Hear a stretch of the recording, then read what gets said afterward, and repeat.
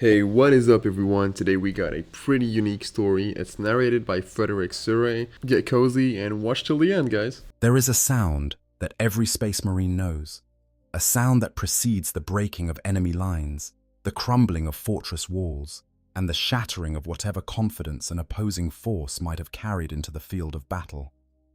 It is not the crack of a bolter round leaving its chamber, nor the scream of a chainsword revving to life. It is something older, heavier, more deliberate. It is the sound of iron footsteps, each one loud enough to feel through the soles of your boots, each one shaking loose dust from crumbling masonry.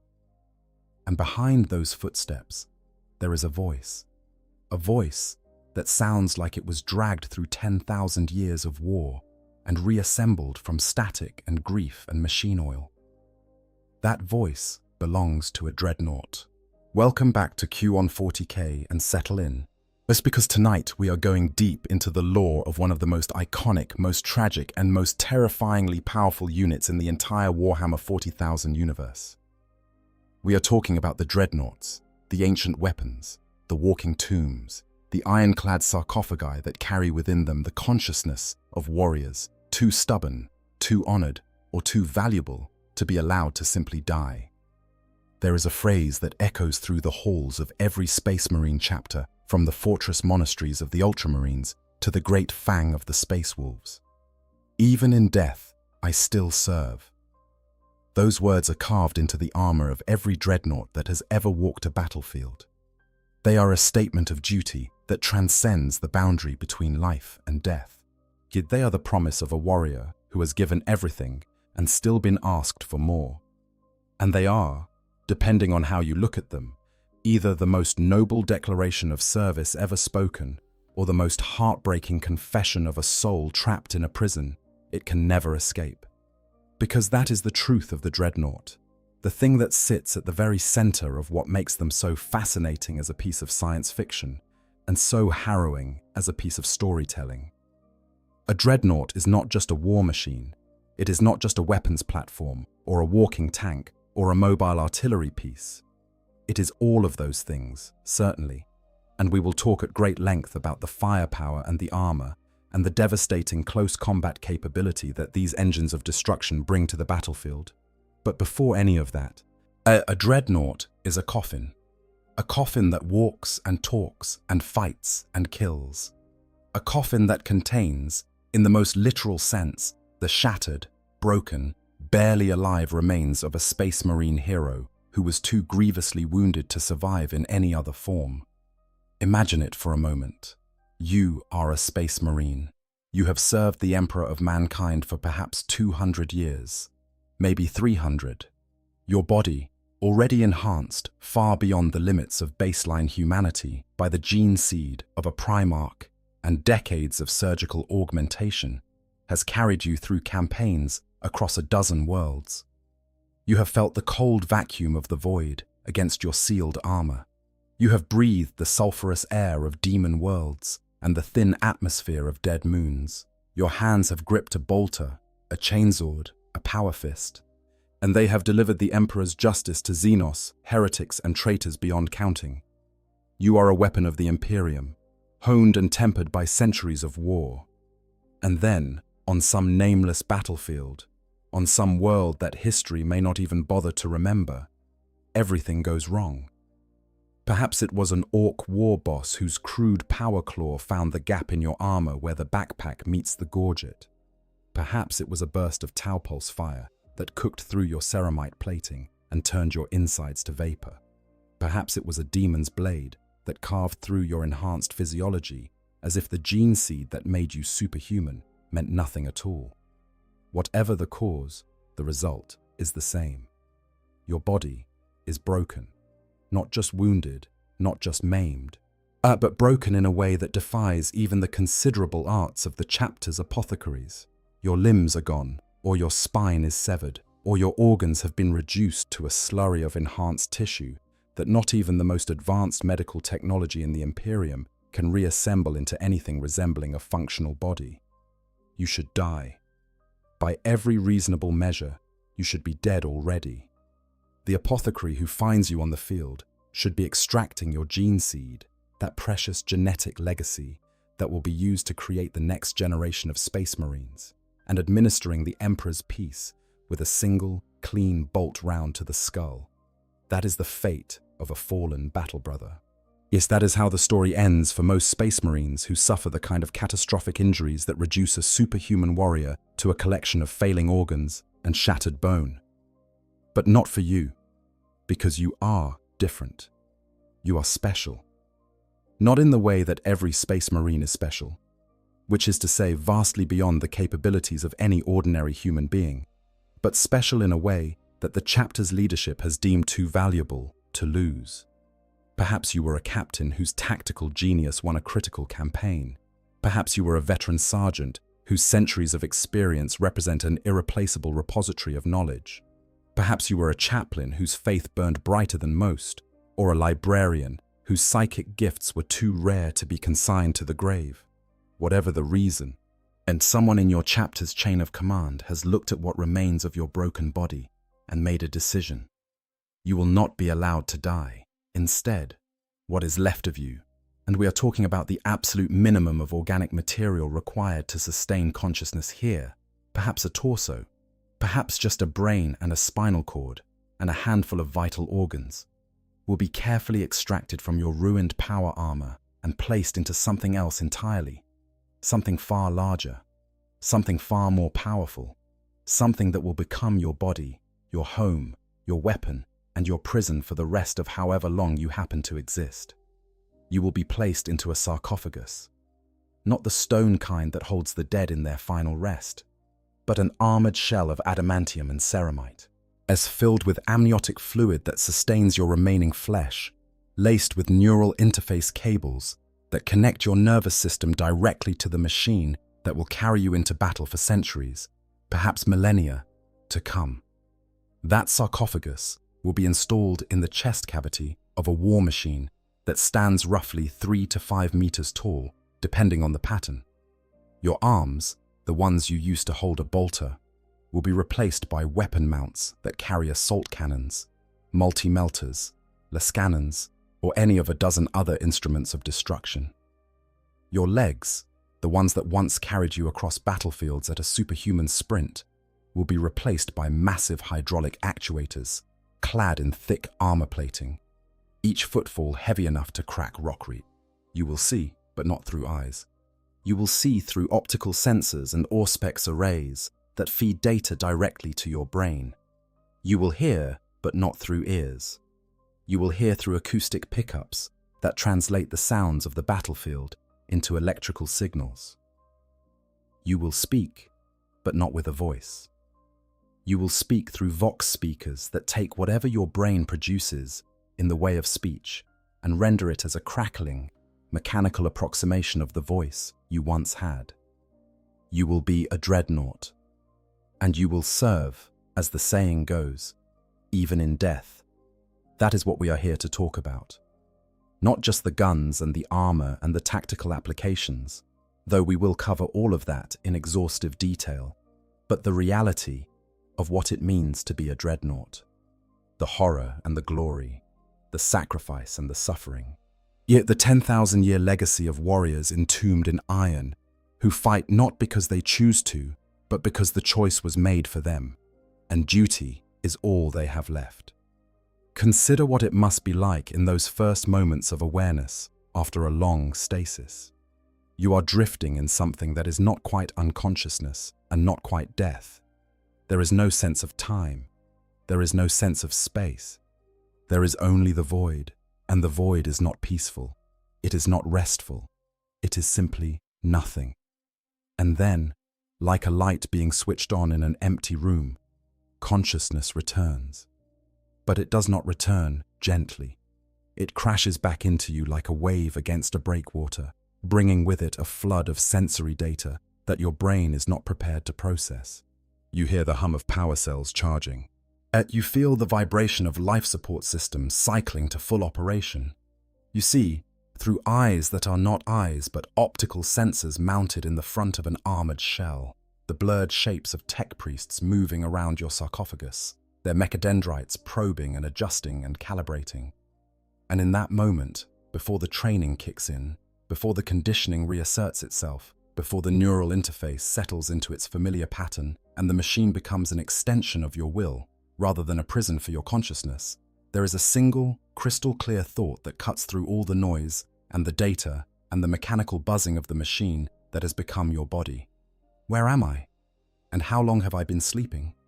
The answer, when it comes, is always worse than you expected. Always. Because time means nothing to a dreadnought in stasis. You went to sleep after a campaign. You wake up, and the campaign was 300 years ago. The chapter master who sent you into that campaign is dead. The battle brothers who fought beside you are dead. The world you fought to save has been conquered and reconquered and possibly lost to the Imperium entirely. Everything you knew, everything that made up the context of your existence, has changed beyond recognition, and you are expected to process this information, arm yourself, and march into battle against an enemy you may never have encountered before, all within the span of a few hours. This is the reality of the dreadnought. This is what lies behind the reverential titles and the solemn ceremonies and the honorific inscriptions carved into adamantium plating. It is not glory. It is disorientation, isolation, and the slow, grinding realization that you are the last living memory of an age that everyone else has forgotten. And the worst part, the very worst part, you cannot leave. You cannot choose to stop. You cannot say, I have served enough, and I am tired, and I would like to rest now. Because the machine will not let you. The life support systems will continue to function. The amniotic fluid will continue to sustain your remaining flesh. The neural interface will continue to translate your thoughts into the movements of a weapon of war. You are preserved, and preservation is not mercy. It is merely the continuation of an existence that has been stripped of everything except purpose. Even in death, I still serve. Think about those words the next time you hear them. Think about what they really mean. But they do not mean, I serve willingly. They do not mean, I serve joyfully.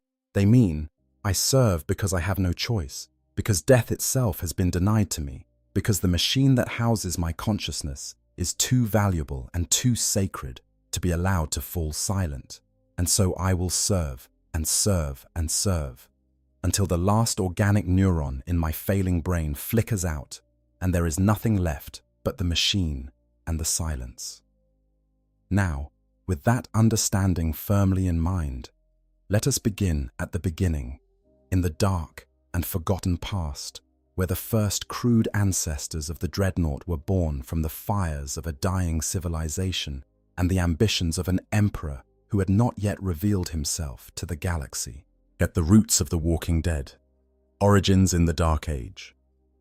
The story of the dreadnought does not begin on the battlefields of the 41st Millennium. It does not begin with the Space Marine Legions, or the Great Crusade, or the Horus Heresy. Like so much of the Imperium's technology, the roots of the dreadnought stretch back into periods of history so distant and so poorly understood that even the most learned scholars of the Adeptus Mechanicus can only guess at the details. The dreadnought's ancestry lies in the dark age of technology, that golden era of human civilization that preceded the age of strife by thousands of years.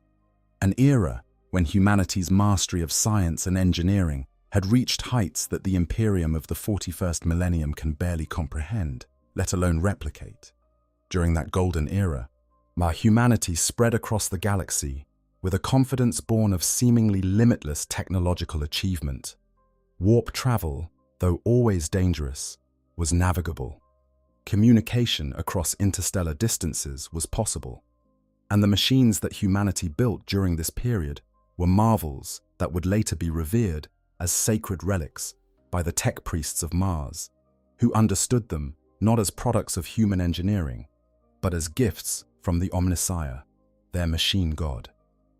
Among those marvels were the standard template constructs, the STCs, those mythical databases of knowledge that contained the blueprints for virtually every piece of technology humanity would ever need. And somewhere in those databases, though the exact details have been lost to the entropy of 10,000 years and the deliberate destruction of the Age of Strife. There existed the conceptual ancestors of what would eventually become the Space Marine Dreadnought. Now, it is important to understand that the Dreadnoughts of the Dark Age of technology were not the same machines that stride across the battlefields of the 41st millennium.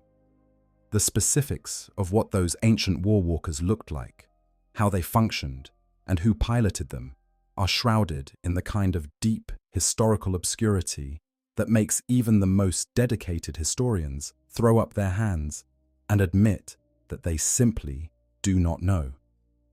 What we do know is that the concept of a piloted combat walker, a large bipedal war machine that could carry heavy weapons and operate in environments too hostile for conventional infantry, existed long before the Emperor of Mankind unified Terra under his rule. But the connection between these ancient machines and the dreadnoughts of the Imperium is not a straight line. It is more like a river that went underground for a few thousand years and resurfaced in multiple places at once, each time slightly different from the last. During the Age of Strife, when the galaxy was racked by warp storms and the collapse of interstellar civilization, plunged humanity into a dark age that lasted for 5,000 years. The knowledge of how to build these machines was fragmented, lost, corrupted, and rediscovered in piecemeal fashion by the scattered survivors of humanity's fall from grace. On Mars, the Mechanicum, the techno-religious order that would eventually become the Adeptus Mechanicus, preserved some of this knowledge in their data vaults, guarding it with a zealotry that bordered on the fanatical. On Terra, the techno-barbaric warlords who fought for control of humanity's cradle world possessed their own versions of walking war machines, cruder perhaps than what the Mechanicum maintained, but functional enough to be decisive on the battlefields of the Unification Wars. And scattered across the galaxy, on worlds that had been cut off from the rest of human civilization for millennia, other variants of these machines survived in forms that ranged from the recognizable to the bizarre. When the Emperor of Mankind emerged from the shadows of Terra's long night and began the Unification Wars that would bring all of humanity's birthworld under a single rule, he made use of every weapon at his disposal. And among those weapons were the proto-dreadnoughts, our early combat walkers that bore some resemblance to what would later become the standardized dreadnought patterns of the Space Marine legions. These early machines were not exclusively piloted by the precursors of Space Marines. During the Unification Wars, it is believed that non-Astartes warriors could be interred within these proto-dreadnoughts, a capability that would later be lost as the technology became more specialized and more intimately tied to the enhanced physiology of the Space Marines. The exact timeline of how the proto-dreadnought evolved into the dreadnought patterns that would serve the Space Marine legions during the Great Crusade is not entirely clear. What we know is that, by the time the Emperor had unified Terra and forged the alliance with Mars that would form the foundation of the Imperium, the dreadnought had already begun to take on the form that would become iconic. The concept of using a combat walker as a life support system for a mortally wounded warrior, connecting that warrior's consciousness directly to the machine through a mind impulse unit so that they could control it as naturally as they had once controlled their own body, this concept was already in place. The technology may have been refined and improved over the course of the Great Crusade, but the essential idea, the transformation of a dying hero into a walking engine of war, was already established by the time the first Space Marine legions marched out of Terra to reclaim the galaxy for humanity. And it is here, in the fires of the Great Crusade, that we encounter the first of the great dreadnought patterns. Ye machines whose names would echo through 10,000 years of war, and whose designs would shape the course of battles on a million different worlds. These were the contemptors, the first true masterworks of dreadnought engineering, and their story begins in an age when the Emperor walked among his sons, and the Imperium was young and full of terrible promise. But before we get to the contemptors, let me paint a picture for you. Imagine yourself standing on the deck of an Imperial warship during the Great Crusade. The year, if you could pin it down in the shifting chronology of those distant days, is somewhere in the early 31st millennium. Through the armor cry's viewports, you can see the light of distant stars, each one a potential conquest, and each one a world that might hold the scattered remnants of humanity, or the hostile Xenos civilizations that stand between the Emperor's vision and its fulfillment. The ship around you hums with the power of plasma reactors and the activity of thousands of crew, servitors, tech priests, and warriors who serve the greatest military enterprise humanity has ever undertaken. And somewhere in the lower decks, in a chamber that is part armory, part chapel, and part mausoleum, there stand the Dreadnoughts, silent, waiting, their systems powered down to minimal life support, their weapon mounts empty and secured, their sarcophagi sealed shut against the cold and the dark. If you press your ear against the armored shell of one of these machines, you might hear something, not the whir of servos or the hum of a reactor, but something fainter, something more human, a heartbeat maybe, or a breath, or the faintest whisper of a dream leaking through the neural interface from the consciousness of the warrior within. Those warriors have names, though the centuries will eventually erase them. They have histories, campaigns fought and won, brothers lost and mourned, moments of glory and moments of despair that are as real and as vivid to them as anything you or I have ever experienced. But those memories are locked away now, sealed behind adamantium and amniotic fluid, accessible only when the tech priests come to wake them from their long sleep and send them into battle once more. This is the world of the Dreadnought, a world where the line between life and death is not a boundary, but a condition, where the greatest honor a warrior can receive is also the cruelest punishment, where duty is not something you perform for a lifetime, but for an eternity. Let us go deeper. The Contemptor, relics of a golden age. If you want to understand the Dreadnought, you need to start with the Contemptor, not because it was the first pattern of Dreadnought ever built, as the proto-Dreadnoughts of the Unification Wars predate it, and other patterns like the Lucifer and the castraferrum were developed alongside it, but because the Contemptor represents the apex of Dreadnought engineering during humanity's greatest era. It is the machine that best embodies both the promise and the tragedy of the Dreadnought concept, and its story is inseparable from the story of the Great Crusade and the Horus heresy that tore the Imperium apart. The Contemptor pattern. Dreadnought was developed prior to the outbreak of the Horus heresy, as during the Great Crusade, that sprawling, galaxy-spanning military campaign that saw the Emperor's 18 Space Marine legions push outward from Terra to reclaim the stars for humanity. It was designed to be a step above the other Dreadnought patterns of its era, incorporating technologies that were already ancient by the standards of the 31st millennium, technologies that shared certain characteristics with the automata of the Legio Cybernetica, the Mechanicum's army of battle robots. Standing around 4.5 meters tall and weighing over 14 tons, the Contemptor was larger and more powerful than the castraferrum patterns that would eventually become the standard Dreadnought of the 41st millennium. Where the castraferrum was boxy and angular, a functional but aesthetically blunt design that prioritized reliability and ease of repair, the Contemptor was sleeker, more rounded, with a profile that suggested both elegance and menace.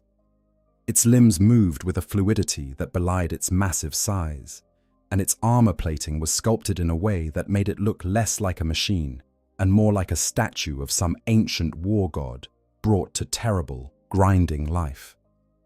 At the heart of the Contemptor's superiority was its power source.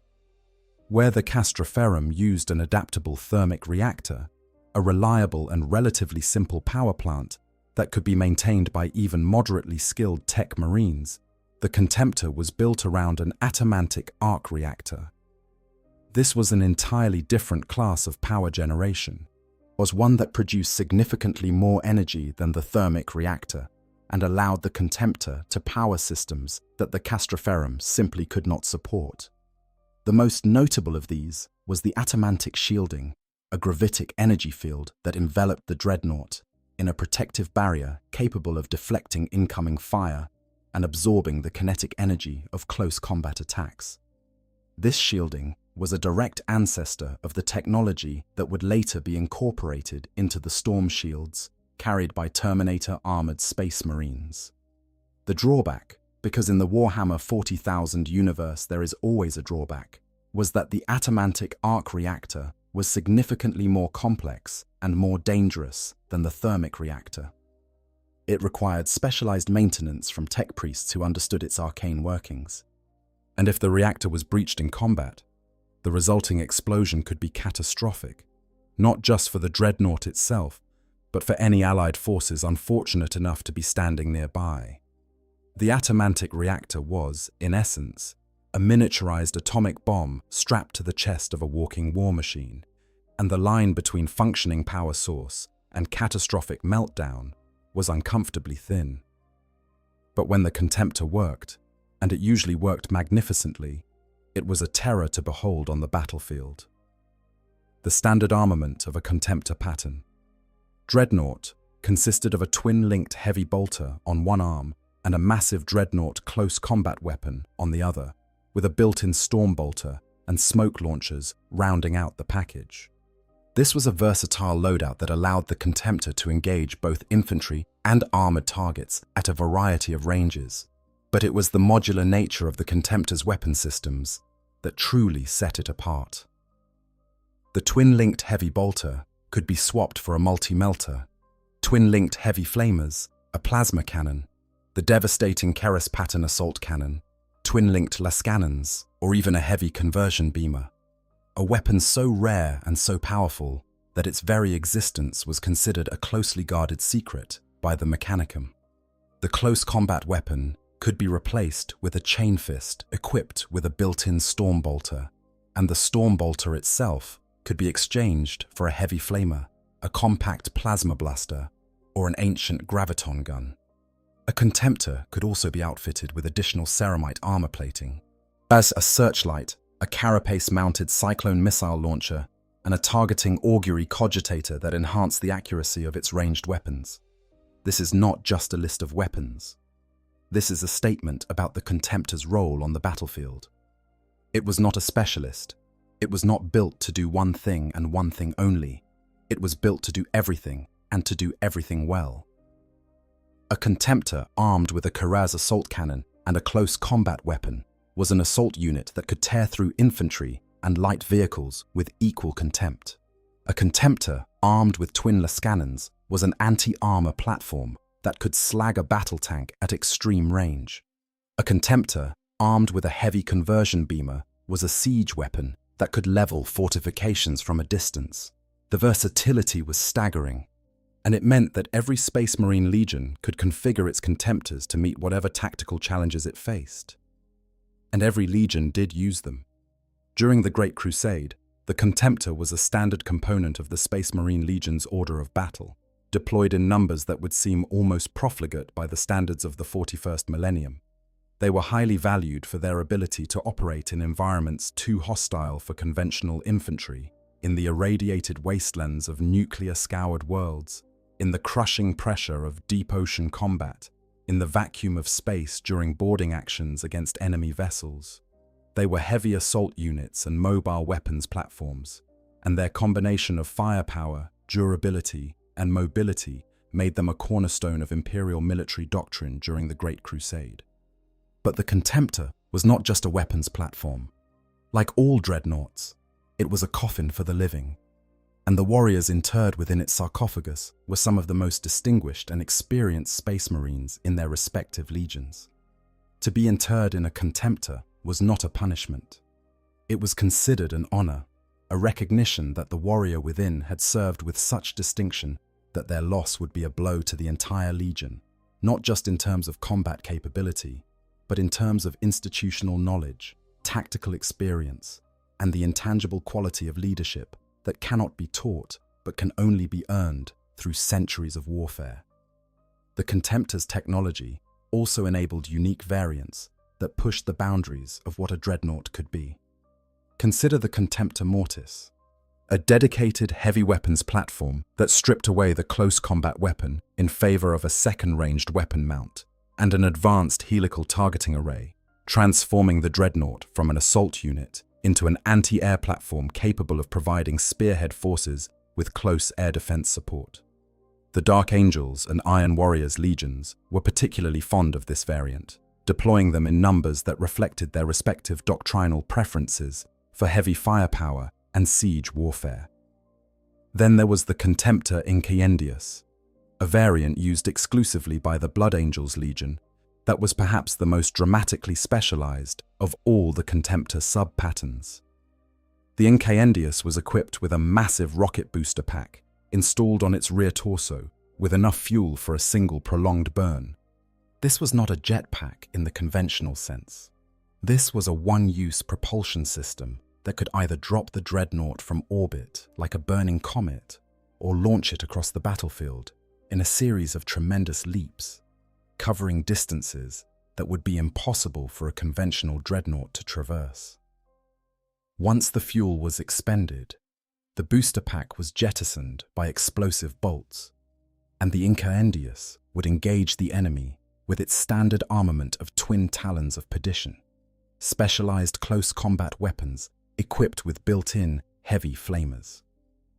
The visual image of a contemptor Dreadnought descending from the sky on a pillar of fire, its close combat weapons already igniting as it plummeted toward the enemy, is one of the most evocative and terrifying images in the entire Warhammer 40,000 setting. And then there was the Osiren, the Thousand Sons Legion's unique and deeply unsettling contribution to the contemptor lineage. The Osiren was designed to solve a problem that had vexed the Thousand Sons for decades: how to maintain the psychic abilities of a Space Marine psyker after he had been interred in a Dreadnought's sarcophagus. The standard interment process invariably severed or degraded the neural pathways that allowed a psyker to channel the energies of the warp, rendering even the most powerful psychic warrior inert once he was sealed inside the armored shell of a Dreadnought. The Thousand Sons Primarch, Magnus the Red, himself one of the most powerful psykers in the Imperium, applied his considerable intellect to this problem and created the Osiren device, or a crown of psychometric barrier lattice that encased the occupant's living brain and maintained the neural pathways necessary for psychic activity. The result was a Dreadnought that could wield psychic powers on the battlefield, channeling the immense destructive potential of the warp through a mechanical body that was already bristling with conventional weapons. The Osiren's close combat weapon was always a force blade, a psychically attuned weapon that hit with devastating power, and its bolters were loaded with asphyx shells, specialized ammunition that carried a lethal toxin. The Osiren is worth dwelling on for a moment, not just because of its tactical implications, but because of what it tells us about the relationship between the Space Marine legions and their Dreadnoughts. Magnus the Red did not simply accept that his most powerful psykers would be silenced by the interment process. He refused to let the machine dictate the limits of what his warriors could be. He looked at the problem, applied his genius, and created a solution that allowed the spirit of the warrior to shine through the iron shell that contained it. Whether you view Magnus as a tragic hero or a reckless fool, and the answer depends largely on which side of the heresy you come down on, his creation of the Osiren device reflects a fundamental truth about the Dreadnought. The machine is nothing without the warrior within, and the warrior is defined not by the machine, but by the will and the spirit that drives it. Now, I want to take a quick second to step away from the lore and just talk to you directly, because honestly, the Dreadnought concept is one of those things that made me fall in love with this setting in the first place. There's something about the idea of a warrior so dedicated, so unwilling to let go, that he agrees to be sealed inside a walking coffin, just to keep fighting for his brothers. That hits different than most sci-fi. A lot of franchises give you immortality as a power fantasy, right?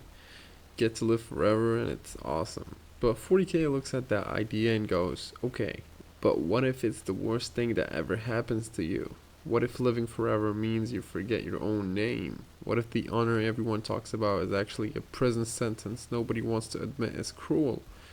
That tension is what makes Dreadnought's my favorite unit in the entire setting. Not because of the tabletop stats of the cool models, although let's be real, the Leviathan goes hard, but because every single Dreadnought walking around on the battlefield is carrying a story that's genuinely tragic. But anyway, that's just my 2 cents. Let's get back to the video. The Custodian Guard, the Emperor's own personal bodyguard, also employed contemptor dreadnoughts, though theirs were, as you might expect from the most elite warriors in the Imperium, significantly more advanced than the versions used by the Space Marine legions.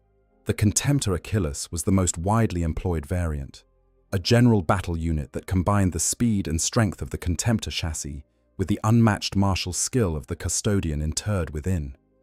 Its primary weapon was the Dread Spear, a weapon modeled after the Custodian's iconic Guardian Spear, but scaled up to dreadnought size and equipped with a Corv Las Pulsar.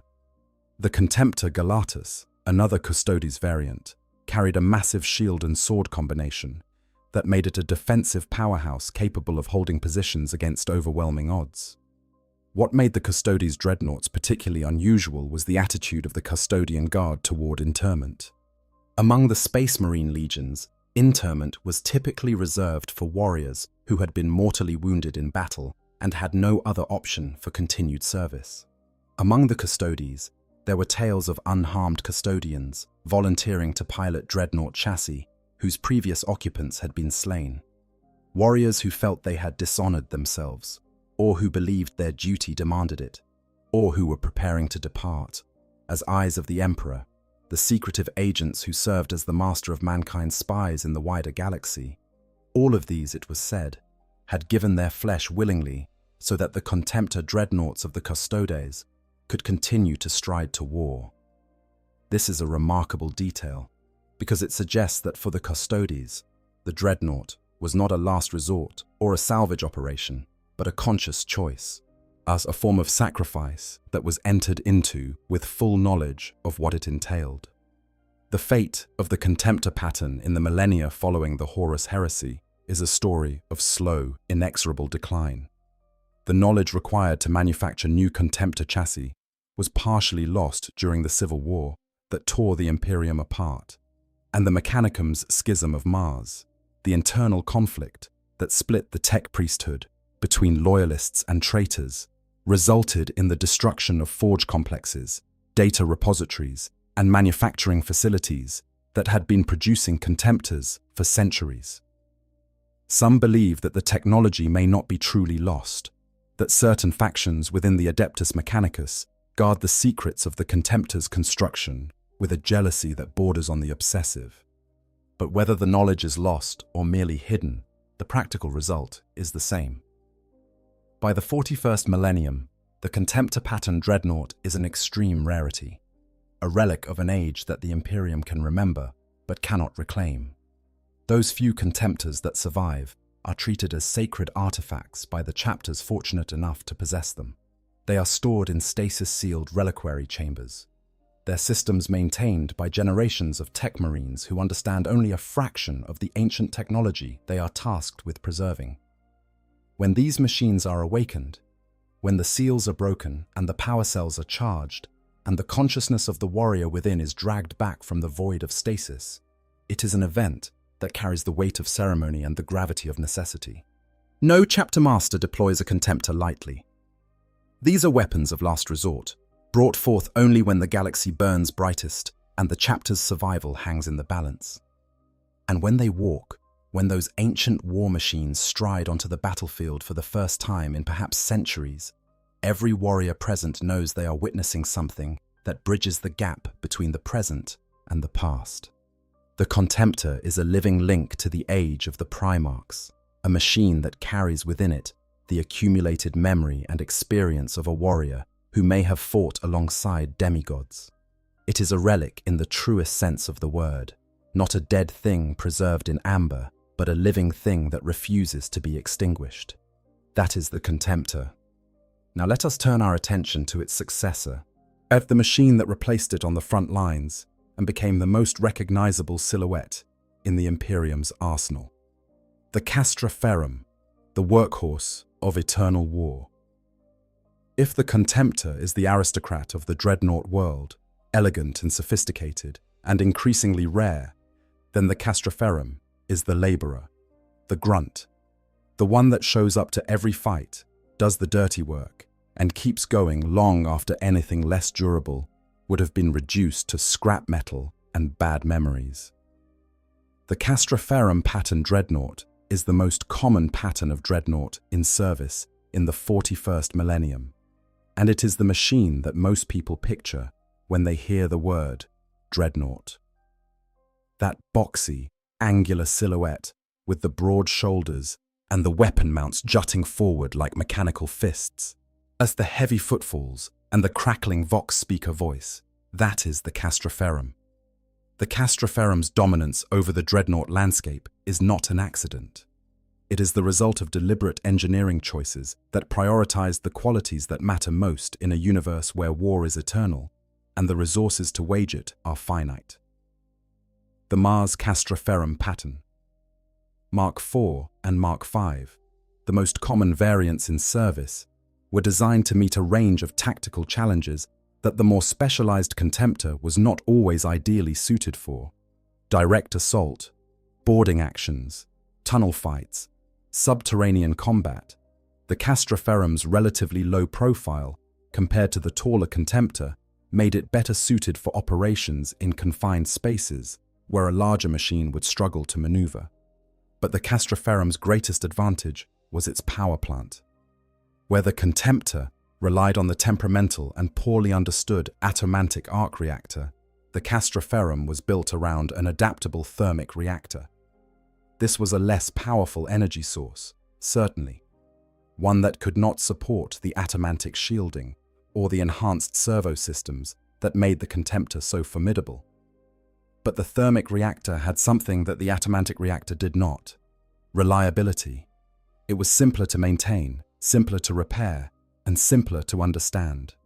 In a galaxy where the Adeptus Mechanicus was slowly losing its grip on the technologies of the past, where each generation of tech priests understood a little less than the one before it, the castraferrum's accessibility was its greatest asset.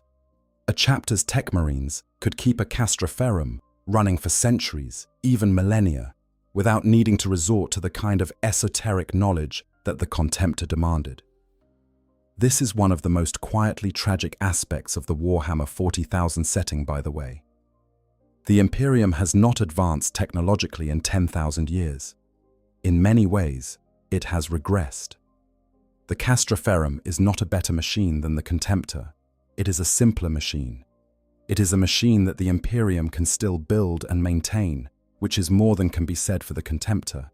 And so it has become the standard, not because it represents progress, but because it represents the best that a declining civilization can manage.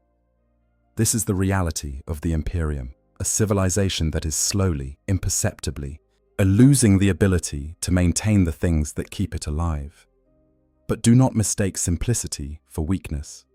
The castraferrum is still a dreadnought, and a dreadnought is still one of the most formidable weapons in the Imperium's arsenal. The standard castraferrum stands between 3 and 4 meters tall, shorter than the contemptor, but no less imposing for the warriors who face it across the battlefield.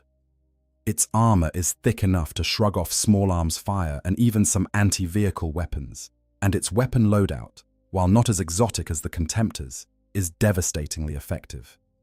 The armament options for the castraferrum are a study in versatility. The most common configuration pairs a multi-melter or assault cannon on one arm with a dreadnought close combat weapon, essentially a massive hydraulic power fist, on the other. Whereas the power fist is equipped with a built-in storm bolter that provides additional anti-infantry capability, and the whole package gives the dreadnought the ability to engage both armored and unarmored targets at multiple ranges. But this is only the baseline. The castraferrum can be configured with twin-linked lascannons for long-range anti-armor work, a missile launcher for flexible fire support, a plasma cannon for engaging heavy infantry, or twin-linked autocannons for a middle ground between volume of fire and stopping power. Some castraferrum variants replace the power fist with a second ranged weapon mount, creating a pure fire support platform, while others double down on close combat capability with a pair of power fists or a power fist and a seismic hammer. So the interment process for a castraferrum pattern dreadnought follows the same basic procedure as for any other dreadnought, but the details are worth exploring because they paint a picture of what the warrior within actually experiences. The process begins on the battlefield, or in the chapter's apothecarian, immediately after the battle, when the apothecary makes the determination that a mortally wounded space marine cannot be saved through conventional medical means, but that his consciousness remains intact enough to be preserved. The warrior's gene seed is often extracted at this point as a precautionary measure, since the interment process is not without risk and the gene seed is too precious to lose. What remains of the warrior's body is then surgically prepared for installation in the sarcophagus. This is where things get deeply unsettling. The sarcophagus of a dreadnought is not a comfortable space. It is a coffin filled with thick, oily, numbingly cold amniotic fluid that sustains the occupant's remaining flesh and fills their lungs as they breathe. Stabbing input cords connect the warrior's nervous system to the machine's control interface, creating a direct neural link that allows the occupant to control the dreadnought's movement and weapons, as if they were extensions of his own body. But this is not the seamless, painless integration that science fiction often depicts. The warrior must constantly focus on controlling the dreadnought, because if his mind wanders, if his concentration lapses for even a moment, his awareness snaps back to the reality of his physical body, and what he finds there is the horror of his mutilated, broken, barely alive flesh floating in cold fluid in a sealed metal box. The warrior's thoughts and emotions are translated by the dreadnought systems into a simulated vocalization that loosely resembles the pilot's original voice. The word loosely is doing a lot of work in that sentence. The voice that comes from a dreadnought's vox speakers is not a human voice. It is a mechanical approximation of one, crackling and distorted and stripped of all the subtle inflections that make speech a vehicle for emotion. Having a conversation with a dreadnought is described as an eerie experience, and that is an understatement. It is like talking to a ghost that has been filtered through a machine, a consciousness reaching out from the far side of something that is not quite death, but is not quite life either. The castraferrum also came in several specialized variants that expanded its tactical role beyond the standard assault and fire support paradigm. The ironclad dreadnought was a close assault specialist, equipped with heavier armor plating and weapons optimized for breaking through fortified positions. The siege dreadnought was similar in concept, but carried specialized siege equipment, such as an inferno cannon or assault drill, that allowed it to breach walls and bunker complexes. The Hellfire dreadnought was configured for long-range fire support, mounting heavy weapons like twin-linked lascannons or a missile launcher with specialized ammunition. And the Mortis sub-pattern, which was a concept applied across multiple chassis types, replaced close combat weapons entirely with paired ranged weapons, turning the dreadnought into a dedicated anti-air or fire support platform. Each of these variants represented a different answer to the same question. How do you make the most effective use of a warrior who cannot leave his machine? The answer, as it turned out, was to make the machine as versatile as possible and let the tactical genius of the warrior within determine how best to employ it. A veteran sergeant with centuries of experience in urban warfare might be interred in an ironclad and deployed to clear hab blocks on a hive world. A captain with a gift for long-range fire coordination might find himself in a hellfire, directing devastating salvos from a hilltop overlook. The machine shaped the warrior's capabilities, but the warrior shaped the machine's purpose.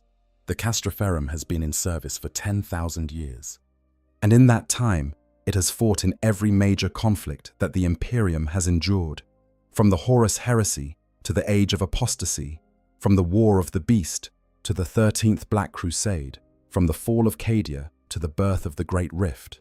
The castraferrum has been there, its iron footsteps marking the path of the Imperium's eternal war. Some of the castraferrum dreadnoughts still in service are themselves ancient beyond measure. Their chassis, dating back to the days immediately following the heresy. Their sarcophagi housing warriors who have slept through centuries of history and awakened to find the galaxy changed beyond recognition. These venerable dreadnoughts, as they are known, are the oldest and most revered machines in a chapter's arsenal. As a venerable dreadnought may have fought in thousands of battles over the course of many centuries or even millennia, it may carry memories that extend back to the founding of its chapter and its earliest history. The vast amount of knowledge and experience earned by venerable dreadnoughts places them in high regard among all the warriors of their chapter. From the lowliest initiate to the chapter master himself, all will eventually seek the advice of one of these ancients. Their counsel is sought not just on matters of warfare, but on matters of tradition, of history, of the chapter's identity and purpose. They are living archives, repositories of institutional memory that would otherwise be lost to the slow erosion of time. But the venerable dreadnoughts also embody the darkest aspect of the dreadnaught's existence, the slow, mere grinding passage of time and its effect on the consciousness trapped within the machine. The stasis sleep that dreadnoughts are placed into between battles is not true rest. It is a void, a blank space in consciousness that feels instantaneous to the sleeper, but may last for decades or centuries. When a dreadnought awakens, it may find that the chapter it serves has changed in ways both subtle and profound. The faces are different. The rituals have evolved. The architecture of the ships and fortresses shows the work of generations of tech marines who never knew the dreadnought as anything other than a sacred relic to be maintained from a respectful distance. And the dreadnought itself has changed. Each awakening brings a little less of the human memory that once defined the warrior within. Faces blur, voices fade, and the specific details of battles fought and brothers lost dissolve into a general haze of violence and duty until the warrior can no longer distinguish one campaign from another, one enemy from the next, one century from the last. The organic portions of the brain that store emotional memory deteriorate slowly but inevitably, and what remains is increasingly dominated by the mechanical aspects of the dreadnought's information systems. Tactical data replaces personal experience. Statistical analysis replaces emotional engagement. The warrior becomes, by imperceptible degrees, more machine and less man.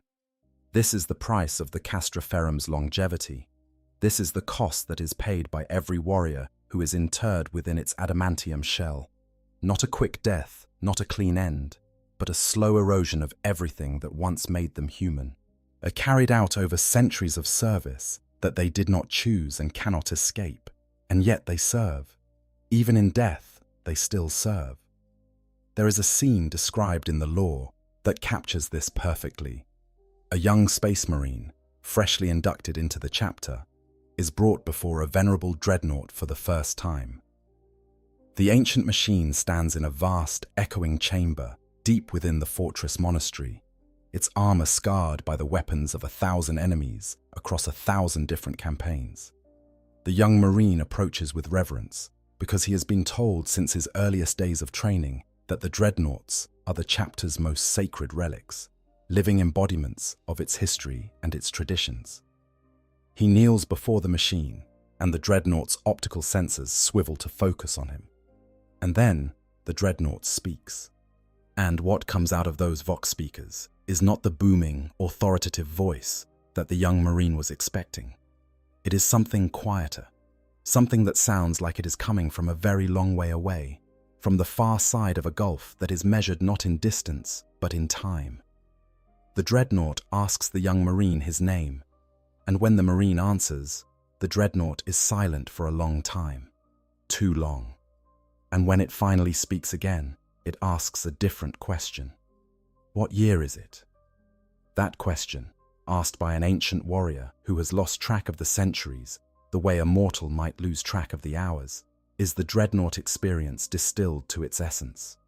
It is not a question born of curiosity. It is a question born of fear. Fear that too much time has passed. Fear that the world has moved on without you. And fear that everything you remember has been replaced by things you cannot comprehend. And fear, deepest and most terrible of all, that you are no longer capable of understanding the answer. The Blood Angels chapter has a particularly poignant relationship with their dreadnoughts. The sons of Sanguinius carry within their gene seed a flaw known as the Black Rage, a psychic echo of the moment when their primarch, Sanguinius, was slain by Horus during the Siege of Terra. This flaw causes affected battle brothers to relive the death of their primarch, losing themselves in visions of a battle fought 10,000 years ago. The Furioso Dreadnought is the Blood Angels' specialized variant, and those interred within them are not immune to the Black Rage. A Furioso Dreadnought consumed by the Rage is a terrifying sight.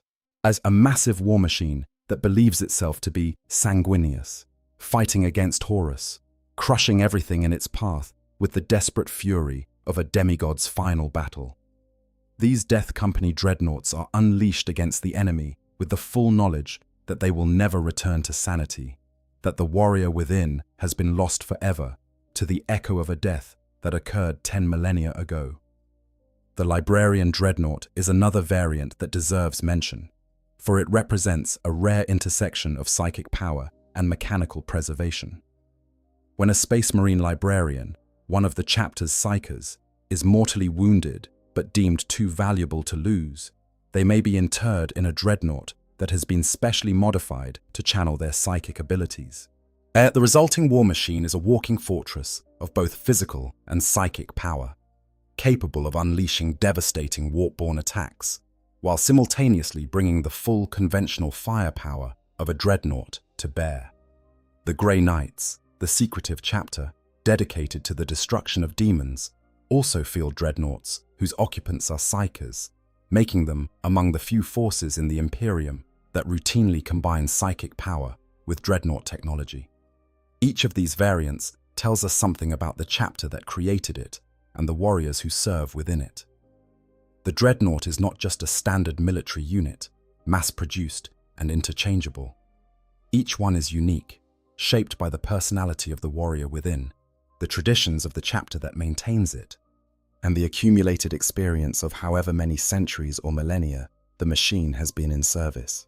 A dreadnought of the Space Wolves will fight with the savage, unrestrained fury of a Fenrisian wolf. A dreadnought of the Ultramarines will fight with precise, calculated efficiency, every action measured against a tactical framework that Robute Guilliman himself might have approved.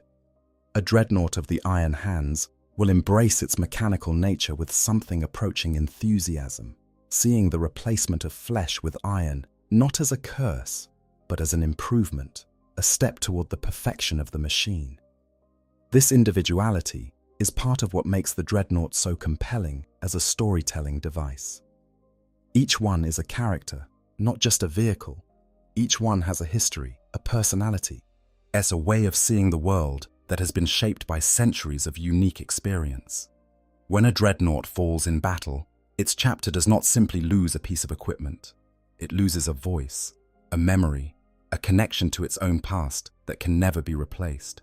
This is why chapters will fight with desperate ferocity to retrieve the armored shell of a fallen dreadnought, even at the cost of additional casualties.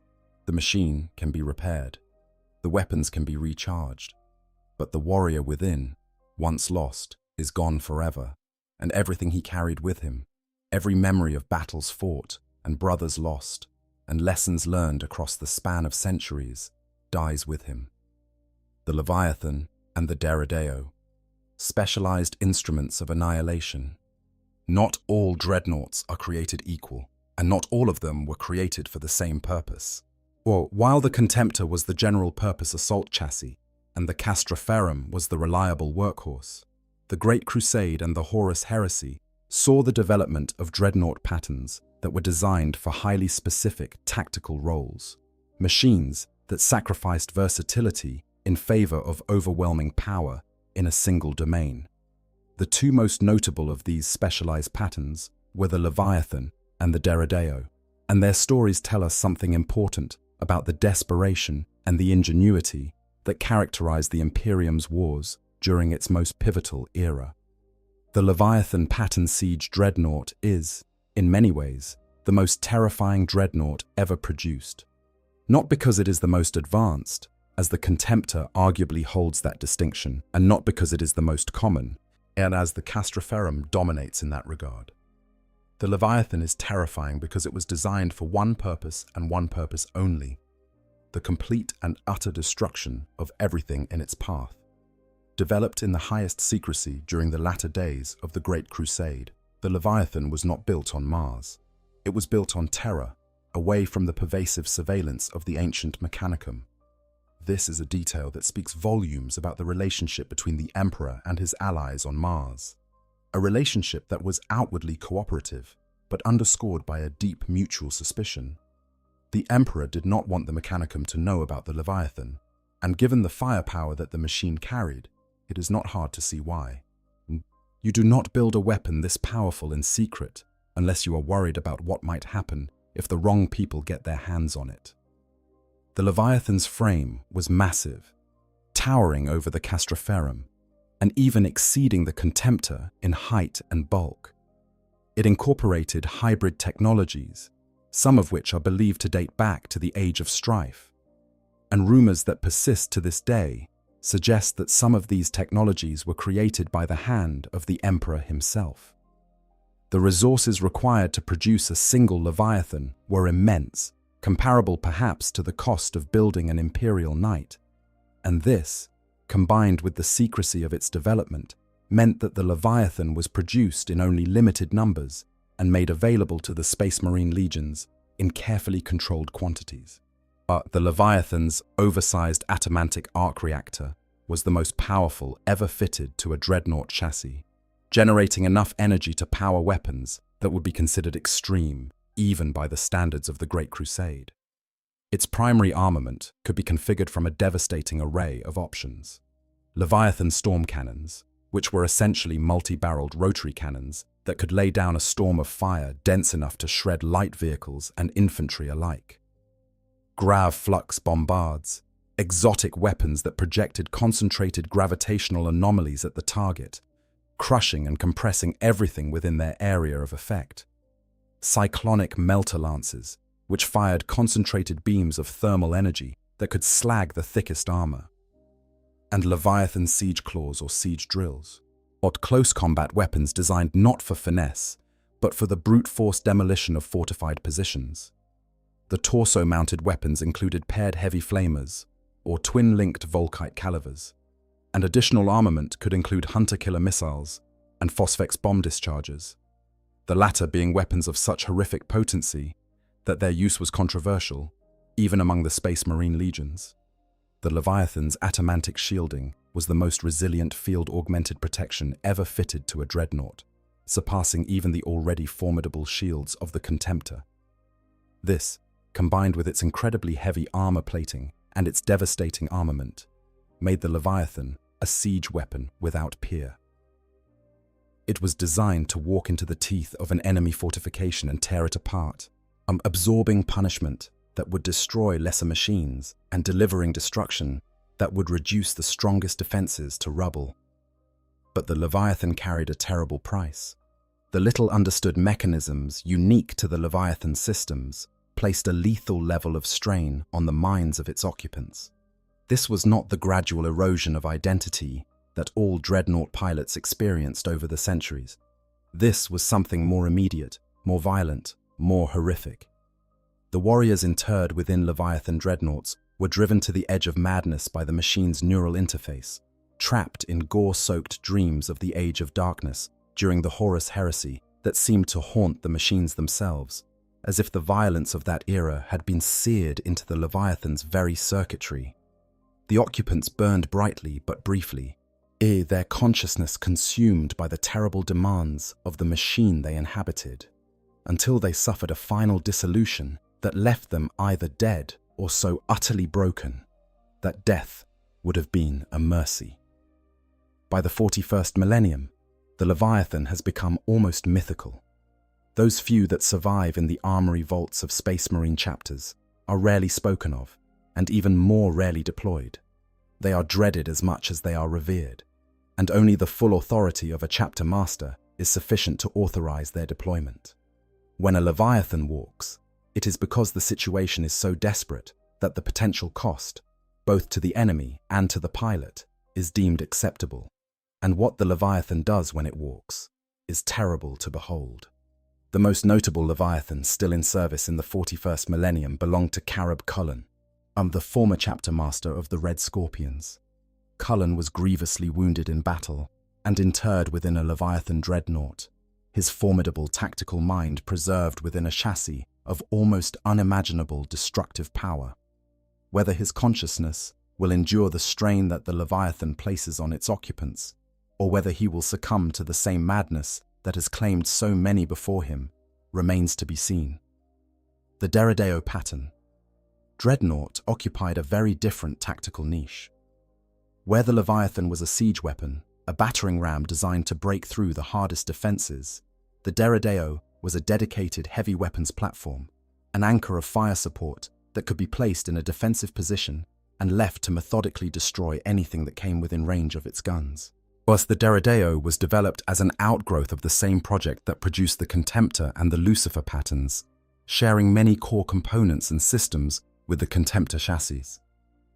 But where the Contemptor was designed as a general assault unit, the Dreadnought was expressly designed for one thing: carrying and firing very large guns. It was squat and broad-shouldered, with a wide stance that provided a stable firing platform, and its weapon mounts were configured for maximum accuracy and rate of fire, rather than close combat capability. The Dreadnought's signature weapon was the twin-linked Anvilus autocannon battery, a development of the standard autocannon that was specifically designed for engaging armored targets. These were not the relatively lightweight autocannons found on other Imperial vehicles. These were heavy-caliber weapons with the penetrating power to crack open medium armor and the rate of fire to suppress infantry formations. The Dreadnought could also mount other weapons, including heavy plasma batteries and specialized missile systems, and its torso carried additional heavy bolters or heavy flamers for close-range defense. The Iolo's missile launcher, a carapace-mounted system unique to the Dreadnought, did not require line of sight to fire and could be aimed at a different target from the main weapons, giving the Dreadnought the ability to engage multiple threats simultaneously. The Dreadnought was initially deployed in limited numbers due to the difficulty and cost of its manufacture, but the outbreak of the Horus heresy saw demand for the pattern increase dramatically. Both loyalist and traitor forces recognized the value of a dreadnought that could provide sustained heavy fire support from a static position, and the few forge worlds capable of producing Dreadnought chassis were under constant pressure to increase their output. By the end of the heresy, the Dreadnought had established itself as a valued specialist unit, and those that survived the conflict were carefully preserved by the chapters that possessed them. In the 41st Millennium, the Dreadnought is even rarer than the Contemptor, with very few examples known to still exist. Like the Contemptor and the Leviathan, it is a relic of an age that the Imperium has lost the ability to fully understand, let alone replicate. But when it is deployed, its devastating firepower is a reminder of what the Imperium was once capable of, and what it has sacrificed in the 10,000 years since its golden age came to a brutal and bloody end. The Redemptor and its kin. New blood, old sorrows. For 10,000 years, the Imperium relied on the castraferrum pattern dreadnought as its standard combat walker. The Contemptor, the Leviathan, and the Dreadnought were relics of the past, maintained but not replicated, their numbers dwindling with each passing century. The idea that the Imperium might actually develop a new dreadnought pattern, that it might create something that represented a genuine technological advancement, rather than a pale imitation of what had come before, seemed almost heretical in its optimism. And then, Belisarius Cawl happened. Cawl, the Archmagus Dominus of the Adeptus Mechanicus and perhaps the most brilliant, most controversial, and most dangerously innovative tech priest in the Imperium's history, had been working on something in secret for 10,000 years. On the orders of Reboot Guilliman, the Primarch of the Ultramarines, who had been mortally wounded during the heresy and placed in stasis for 10 millennia, Call had been developing an entirely new generation of Space Marines, the Primaris, along with the weapons, armor, and vehicles they would need to wage war in a galaxy that was darker and more dangerous than ever before. Among those new weapons was the Redemptor Dreadnought. The Redemptor is the largest dreadnought pattern ever deployed by the Space Marines, taller and broader than the castraferrum, and built on a scale that rivals the ancient Leviathan. It is powered by a hyperdense plasma reactor and moved by sophisticated fiber bundles that give it a level of speed and agility that seems impossible for a machine of its size. Its neural links are so advanced that the occupant, despite being entombed in a box-like sarcophagus within the dreadnought's torso, can exercise control with surprising dexterity and speed.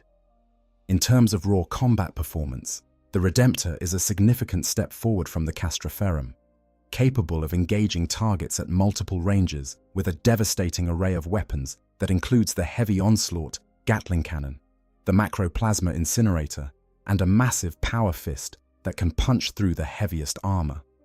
But the Redemptor carries a dark secret, and one that calls into question the very purpose of the Dreadnought program and the value that the Imperium places on the lives of the warriors it claims to honor. The Martian tech priests who built the Redemptor under Call's direction spared little thought for the health of the pilot. They viewed the occupant as little more than another component to be installed or replaced as necessary. The advanced systems of the Redemptor place an immense strain on the warrior within, far greater than the strain imposed by the castraferrum or even the contemptor. Many of those Redemptors that have fought for a sustained period have already had their sarcophagi replaced, their original pilots burned out by the intensity of the machine's destructive capability. In some cases, the Redemptor's surging energies have leached the occupant's life force until he is reduced to nothing but a sack of blackened organs, fit only to be interred a second time, this time in a true mausoleum dedicated to his selfless sacrifice. Think about that for a moment.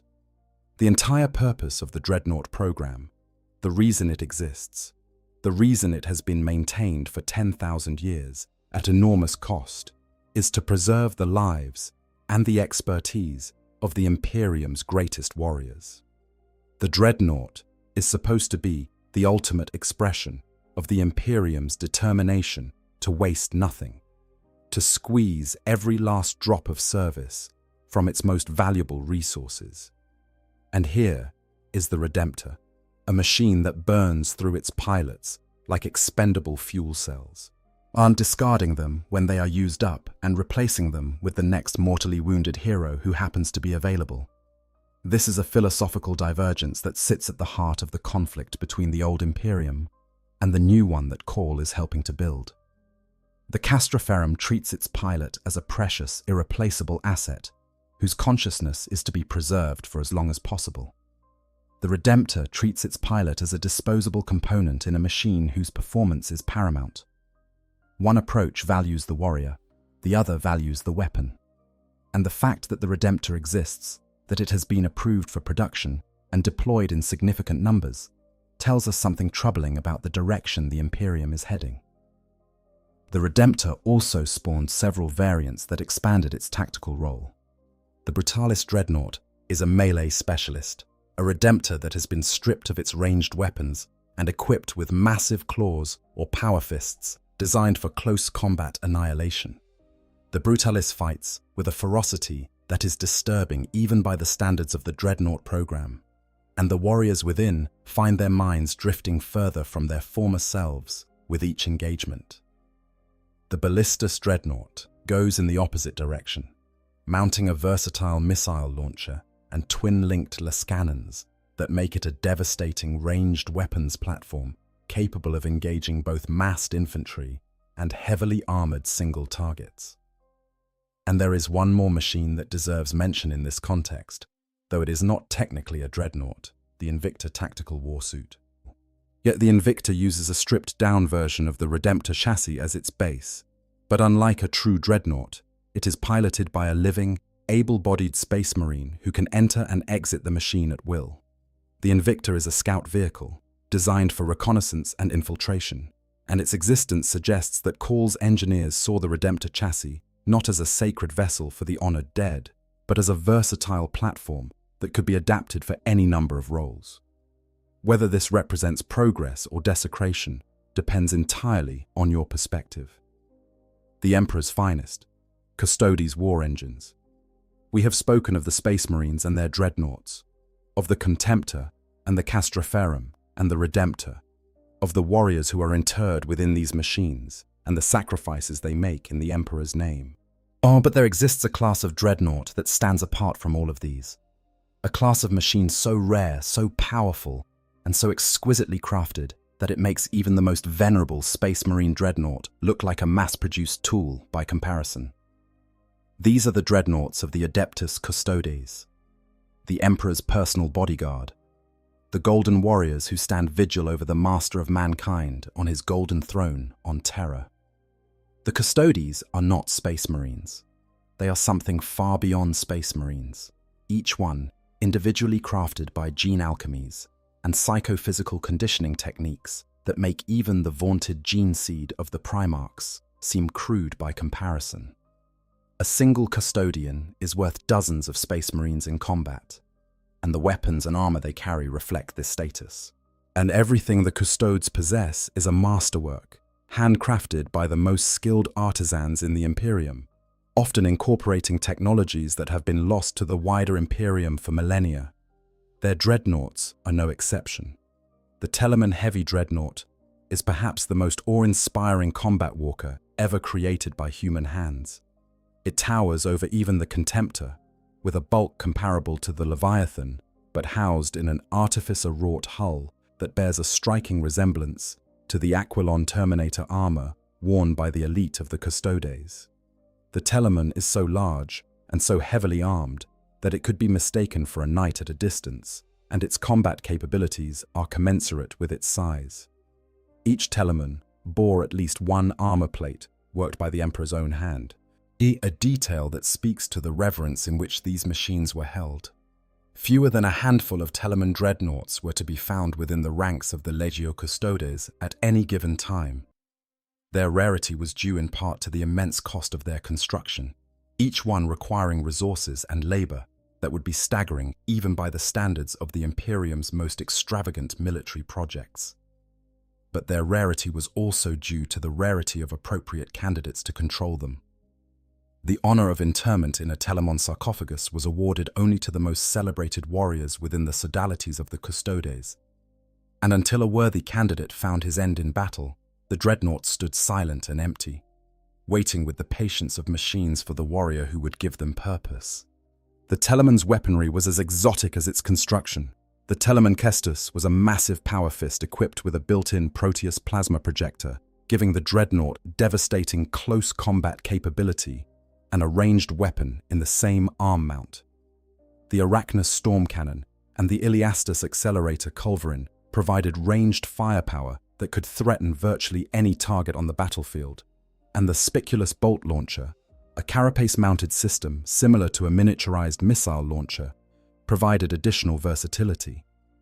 But the most remarkable thing about the Custodes dreadnoughts was the attitude of the warriors who piloted them. We have discussed how, among the Space Marine legions and their successor chapters, interment in a dreadnought is typically reserved for warriors who have been mortally wounded and have no other option for continued service. Among the Custodes, this was not always the case. There are tales, some verified, some whispered, of Custodians who were not mortally wounded, but who chose to enter a dreadnought's sarcophagus voluntarily. Warriors who believed they had dishonored themselves, or who saw their duty as transcending the limitations of their flesh, or who wished to serve the Emperor in a form that was more powerful and more enduring than mere flesh and blood could provide. These volunteers gave their bodies willingly, entering the cold darkness of the sarcophagus with full knowledge of what awaited them, because they believed that the Emperor's cause demanded nothing less. One of the most remarkable figures in the history of the Custodes dreadnoughts was Sagittarius Malak, one of the first 30 custodians created by the hand of the emperor himself. Sagittarius fought alongside his liege during the Unification Wars, and he was the first custodian to suffer mortal wounds in battle. He was interred within the sarcophagus of a contemptor pattern dreadnought, becoming a member of the Legio Custodes Moritoi caste, the designation given to custodians who serve as dreadnought pilots. The emperor himself inscribed a phrase on Sagittarius's chassis, a phrase that would become one of the most famous maxims in the entire Imperium: "Only in death does duty end." Those words, written by the master of mankind on the armor of the first Custodes dreadnought, would echo through 10,000 years of war and become the unofficial motto of the dreadnought program itself. The contemptor Achilles was the most widely employed Custodes dreadnought variant, combining the speed and strength of the contemptor chassis with a weapon that was unique to the Custodes, the dread spear. This was a massive polearm, modeled after the guardian spear that all custodians carry, but scaled up to dreadnought size and equipped with a Corva las pulsar that could fire concentrated beams of energy at distant targets. The sight of a contemptor Achilles advancing on an enemy position, its dread spear leveled and its golden armor gleaming, was enough to break the morale of all but the most fanatical opponents. The contemptor Galatus was the defensive counterpart to the Achilles' offensive orientation. While carrying a massive Galatus sword and a presidium shield, the Galatus was designed to hold positions against overwhelming odds, its shield generating a force field that could absorb tremendous punishment, while its sword carved through anything that tried to get past its guard. The Galatus was the embodiment of the Custodes' role as guardians, a walking fortification that could protect a position or a VIP with the implacable determination of a warrior who had already given his life in service and had nothing left to lose. These Custodes dreadnoughts represent the absolute pinnacle of what the dreadnought concept can achieve. They are the rarest, the most powerful, and the most carefully crafted combat walkers in the Imperium, each one a work of art as much as a weapon of war. And the warriors within them are the most elite soldiers in human history, custodians whose skill and dedication are surpassed only by the Emperor himself. Chaos, dreadnoughts and hellbrutes, the corruption of the entombed. We have spent a great deal of time discussing the dreadnoughts of the Imperium, those honored machines that carry within them the consciousness of the Emperor's finest warriors. But there is a darker side to the dreadnought story, a side that reflects the corruption and the horror that lies at the heart of the Warhammer 40,000 universe. Because the Imperium is not the only faction that makes use of dreadnought technology. The forces of chaos, as the traitor legions who turned their backs on the Emperor during the Horus heresy and have waged war against the Imperium for 10,000 years from the hellish dimension of the warp, also possess dreadnoughts. And their dreadnoughts are things of nightmare. During the Great Crusade, when the traitor legions were still loyal to the Emperor, they used the same dreadnought patterns as their loyalist brothers. Contemptors, castraferrum patterns, leviathans, deredeos, all of these were standard equipment across all 18 Space Marine legions. When the Horus heresy tore the Imperium apart, the legions that sided with the War Master Horus took their dreadnoughts with them, and as the war progressed and the corruption of chaos spread through the traitor legions like a cancer, those dreadnoughts began to change. The transformation was not immediate. In the early days of the heresy, the traitor legion's dreadnoughts were functionally identical to their loyalist counterparts. But as the war ground on and the influence of the Dark Gods seeped into every aspect of the traitor legion's existence, the dreadnoughts began to reflect the growing corruption. Unique variants emerged that had no loyalist equivalent. The Marigal-tainted dreadnought of the Wordbearers was the first to be utterly consumed by chaos. Its occupant, a possessed warrior of the Gal Vorbak, who had fused with the chassis in a way that blurred the line between machine and demon. The World Eaters developed the Berserker dreadnought, a variant that channeled the boundless rage of Khorne into a machine that was less a weapon and more a natural disaster in metal skin. After the heresy, when the traitor legions fled to the Eye of Terror, things got worse, much worse. The knowledge required to build new dreadnought patterns declined rapidly among the traitors. Without the Forge Worlds and the technological infrastructure of the Imperium, the traitor legions could not produce new dreadnoughts or maintain the ones they had to the standard that the machines demanded. The stasis technology that loyalist chapters used to preserve their dreadnought pilots between battles was unavailable, and without it, the warriors within the traitor legion's dreadnoughts were exposed to the raw, unfiltered influence of the warp for extended periods. The result was madness. Pure, howling, frothing madness. With the exception of the prized contemptor chassis, which the traitor legions went to great lengths to maintain, because it was the only pattern that offered any protection against the psychological ravages of chaos, the traitor legion's dreadnoughts degenerated into something that bore only a superficial resemblance to the machines they had once been. The pilots within them, already traumatized by millennia of warfare and the corrosive influence of the warp, descended into insanity. Their bodies, what remained of them, began to meld with the machine's chassis, the boundary between flesh and metal dissolving under the influence of chaos, until the whole walker appeared to be made of demonic flesh.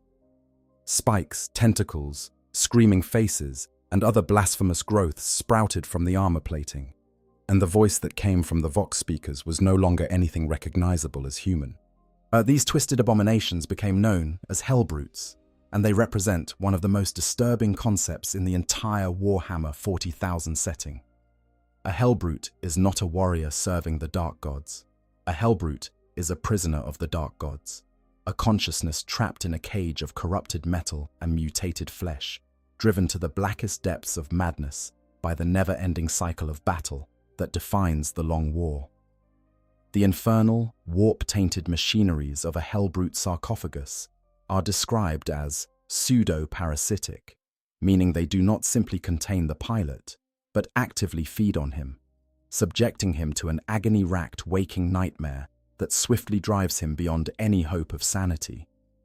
Between war zones, Hellbrutes must be chained down and their weapons forcibly removed. Because if they are left unrestrained, they will attack anything in range, ally or enemy alike. The madness of the pilot burns ever fiercer as he rises from dormancy, and once unleashed on a battlefield, the Hellbrute is a lunatic beast of flesh and metal, intent upon venting its rage on everything in its path. There is no strategy in a Hellbrute's attacks, no tactical calculation, no assessment of priority targets. There is only rage and hunger, and the desperate, screaming need to destroy something, anything, to provide a momentary distraction from the torment of existence. For Chaos Space Marines, incarceration within a dreadnought is not an honor. It is a punishment. It is a fate reserved for warriors who have displeased their lords, or who have proven too dangerous or too unpredictable to be allowed to walk free. The Chaos Lords who command the traitor warbands use the threat of dreadnought interment as a tool of control, a reminder that there are fates worse than death, and that disobedience will be rewarded not with a clean ending, but with an eternity of suffering. And yet, even among the Chaos Dreadnoughts, there are exceptions. The Chaos Contemptor Dreadnoughts are the rarest and most powerful of the Traitor Legion's walkers, and they are the only variant that is still held in something approaching reverence by the Chaos Space Marines. Because the Contemptor's advanced technology offers some protection against the psychological ravages of chaos, the warriors interred within them do not inevitably descend into madness. Some have become highly experienced veterans, and their centuries of warfare honing them into formidable tactical minds that rival anything the Loyalist chapters can field. Occupancy in a Chaos Contemptor is usually reserved for powerful Chaos Lords, who view it not as a punishment, but as a means of continuing their ambitions beyond the death of their mortal bodies. The Ferrum Infernus is the designation given to Chaos Dreadnoughts of the standard castraferrum pattern that have not mutated into Hellbrutes. These are relics of the Horus Heresy, chassis that have somehow maintained their structural integrity despite millennia of exposure to the warp. The warriors within them vary wildly in temperament. Some are lucid, capable of conversation and tactical planning. Others have descended into a madness that is only slightly less extreme than that of the Hellbrutes.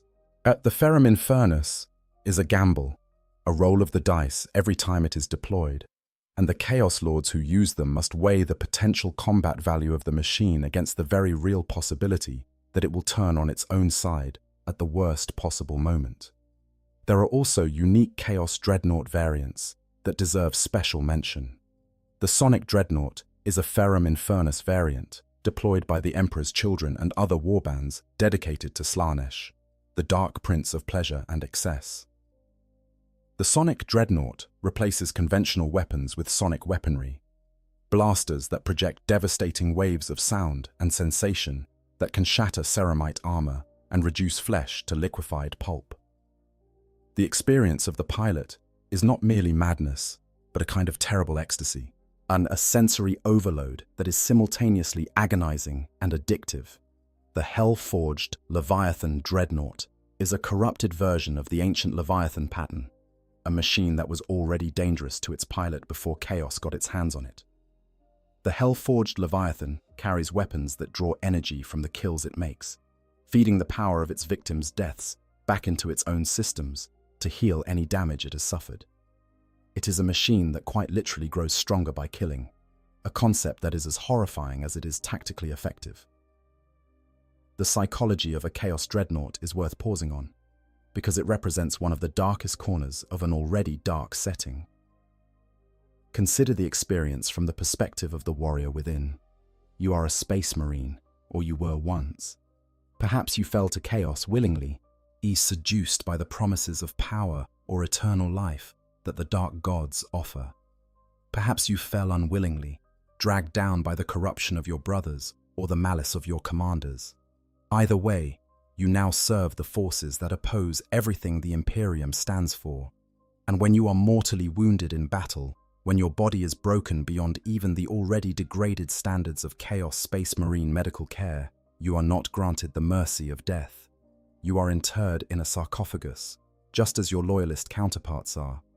But where a loyalist dreadnought is maintained with reverence and stored in sacred stasis vaults between battles, you are chained to a wall in the hold of a warship, your weapons removed, your sarcophagus sealed shut, and left to stew in your own madness for however long it takes before the warband needs a blunt instrument of destruction again. There is no honor in this. There is no ceremony, no solemn recognition of sacrifice, no reverent tech priests tending to your systems with practiced care. There is only the darkness and the chains and the screaming in your head, the endless howling of demons and the whispers of the dark gods, and the slow, inexorable collapse of whatever remained of your sanity. When you are finally unleashed, your weapons reinstalled, and your restraints removed, you do not fight for glory, or for duty, or for the dark gods. You fight because fighting is the only thing that provides a momentary distraction from the agony of your existence. Or you fight because the alternative is being chained up again and left to go even more insane than you already are. You fight because, in the end, fighting is all you have left. The Thousand Suns have their own unique relationship with dreadnought technology. When the rubric of Ahriman was enacted, the great psychic ritual that was supposed to cure the Thousand Suns' endemic mutations, but instead turned the majority of the Legion into mindless automata sealed within their armor, the effects extended even to the dreadnoughts.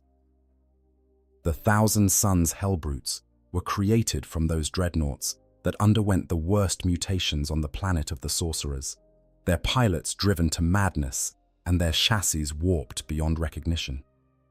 In a process that is disturbing even by Chaos standards, you knew Thousand Suns. Hellbrute pilots are subjected to a series of rituals designed to bind their souls to the machine, then flensed and reduced with warp flame until their bodies are nothing but a burnt mass of organs, bones, and nerve fibers. This unfortunate creature, still conscious and fully aware of what is happening to it, is then placed in an amniotic sac and installed in the Hellbrute chassis. Between battles, the amniotic sac is removed from the Hellbrute and hung in special halls, where, protected by wards, the pilot is surrounded by demons trying to reach them.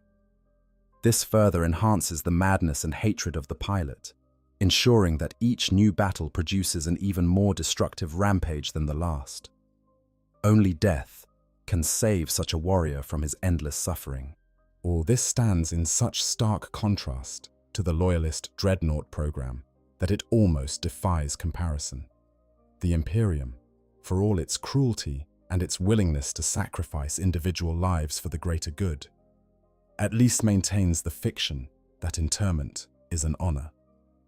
The Chaos versions strip away even that thin veneer of dignity and replace it with a naked acknowledgement that the Dreadnought is a tool of suffering, a punishment for the weak and the unlucky, a prison that makes the loyalist version look like a luxury resort by comparison.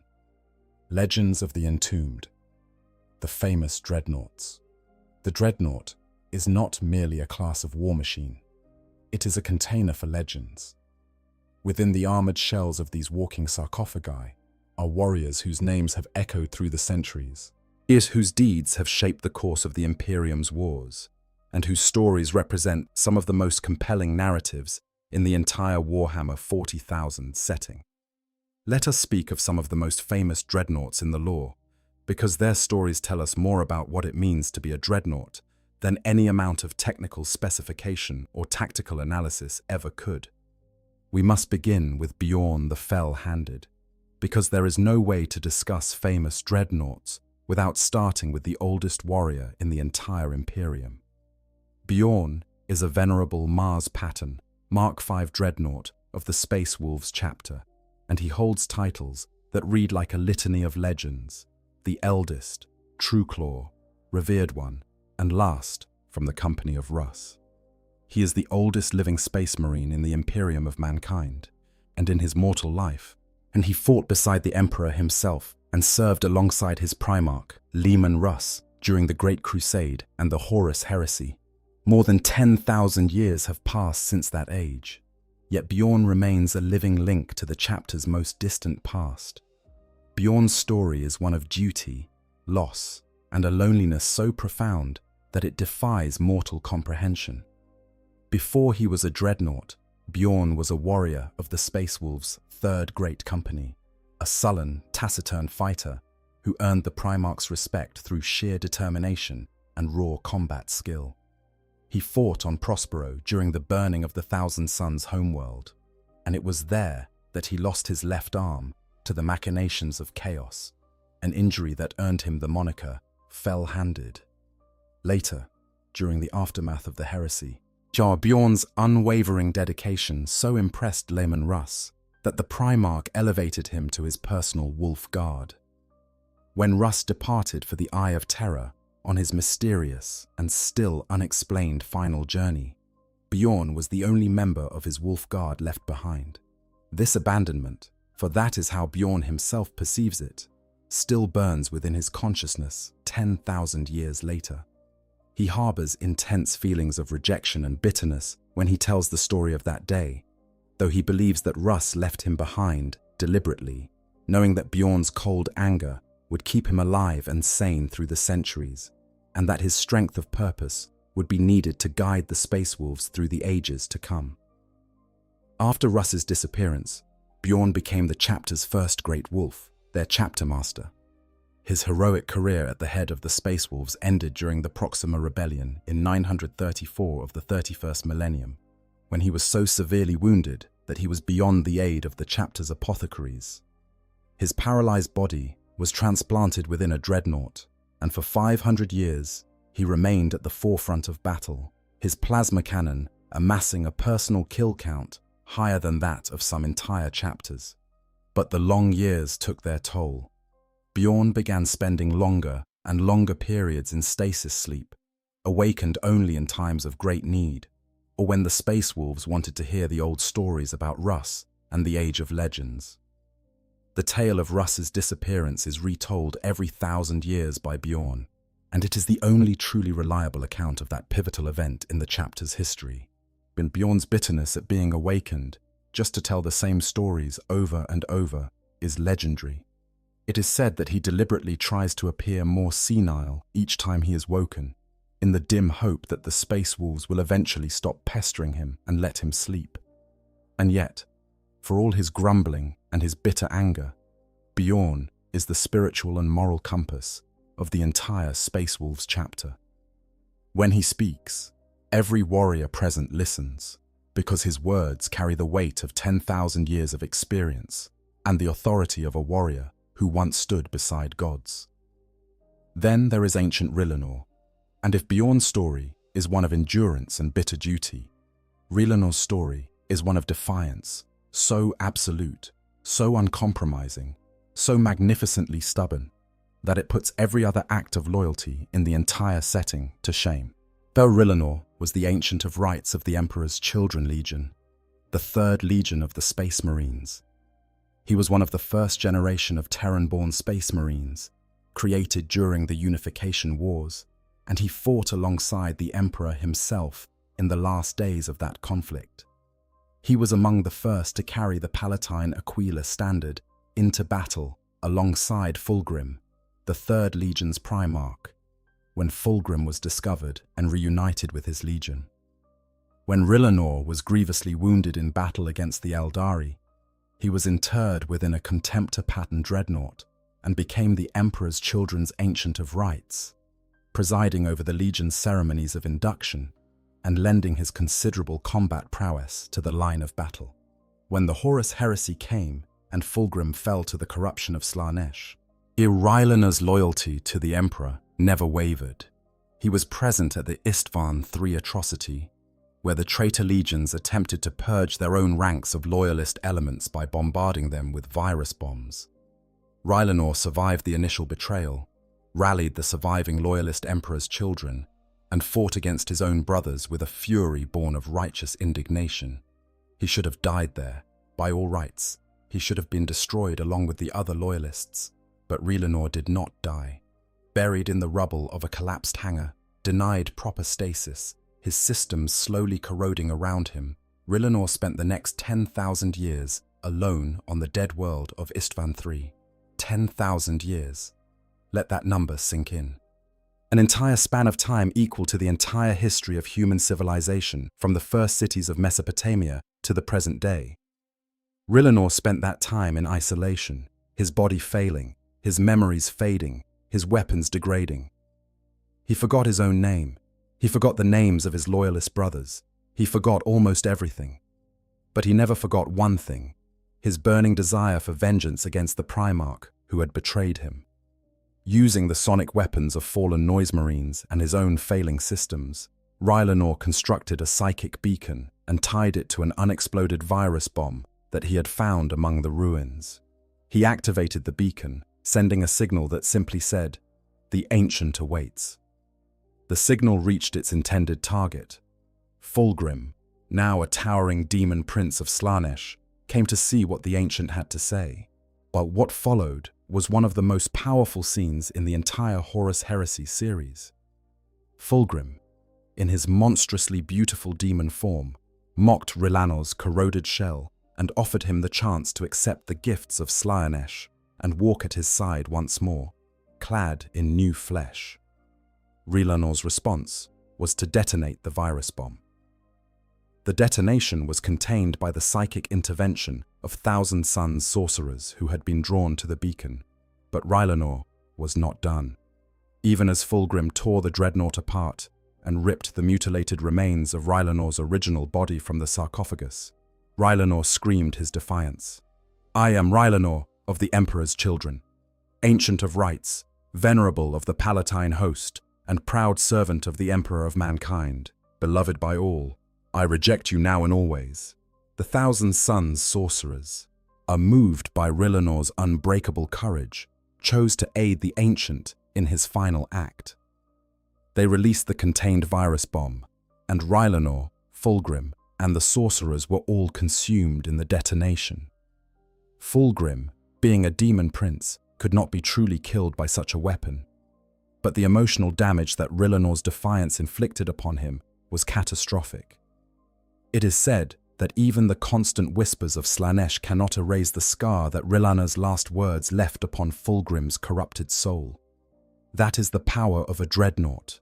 Not the firepower, not the armor, not the hydraulic fists or the assault cannons. The power is in the will of the warrior within, a will that can endure 10,000 years of isolation and still find the strength to spit in the face of a god.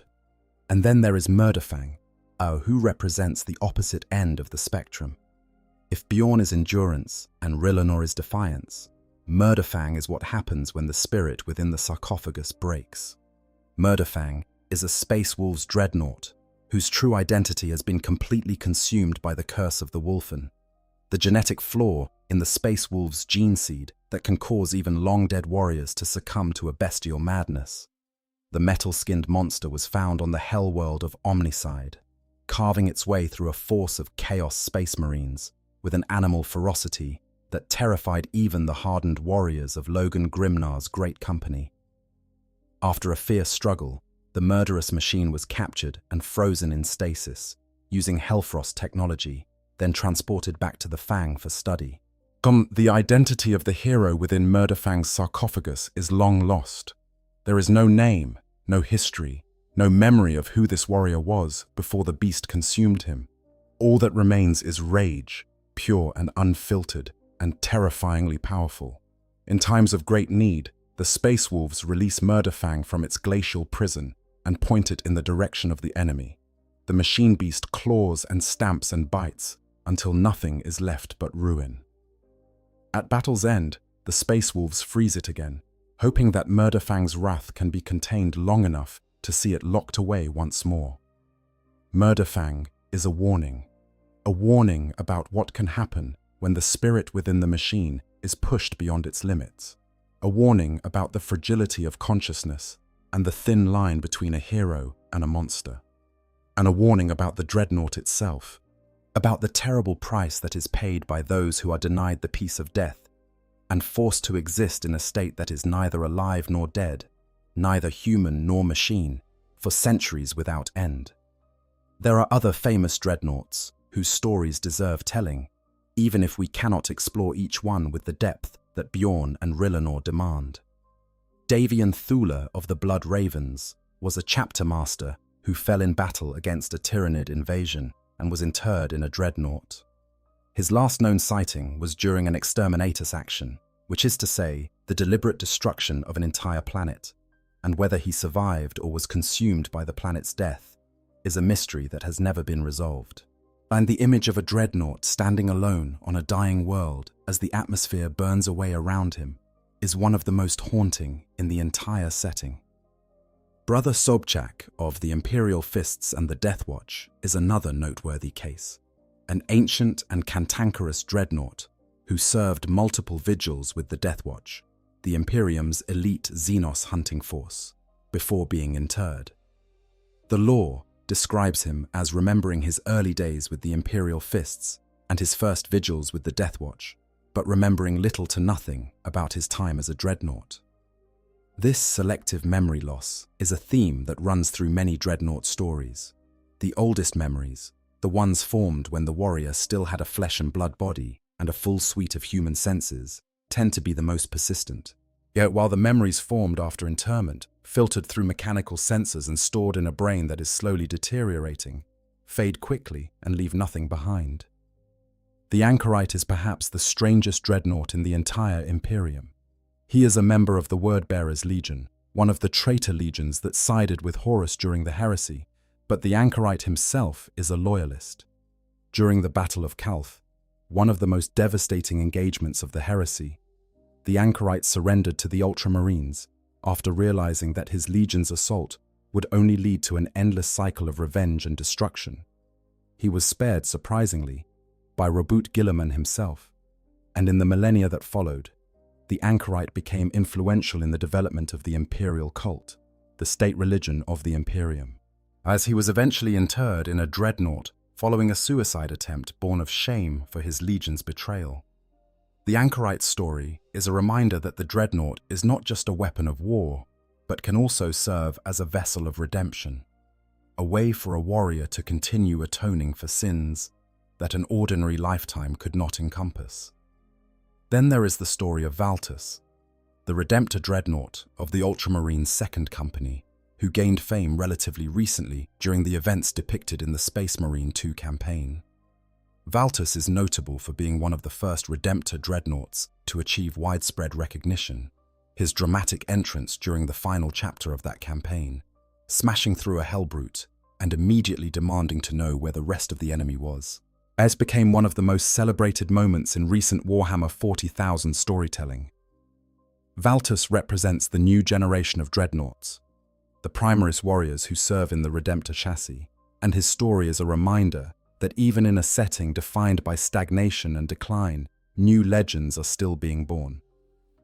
The Death Guard, one of the traitor legions dedicated to Nurgle, the chaos god of plague and entropy, field their own uniquely disturbing dreadnoughts. These are machines that have been corrupted by the blessings of the plague god, their armor covered in rust and corrosion and organic growths that seem to pulse with a sickly, diseased life.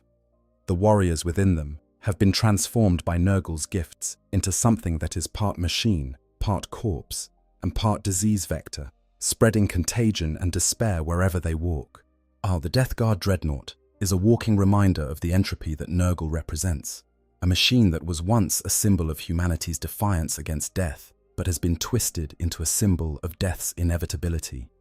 These stories, each one unique, each one reflecting a different facet of the Dreadnought experience, collectively paint a picture of the Dreadnought as something far more complex than a simple war machine.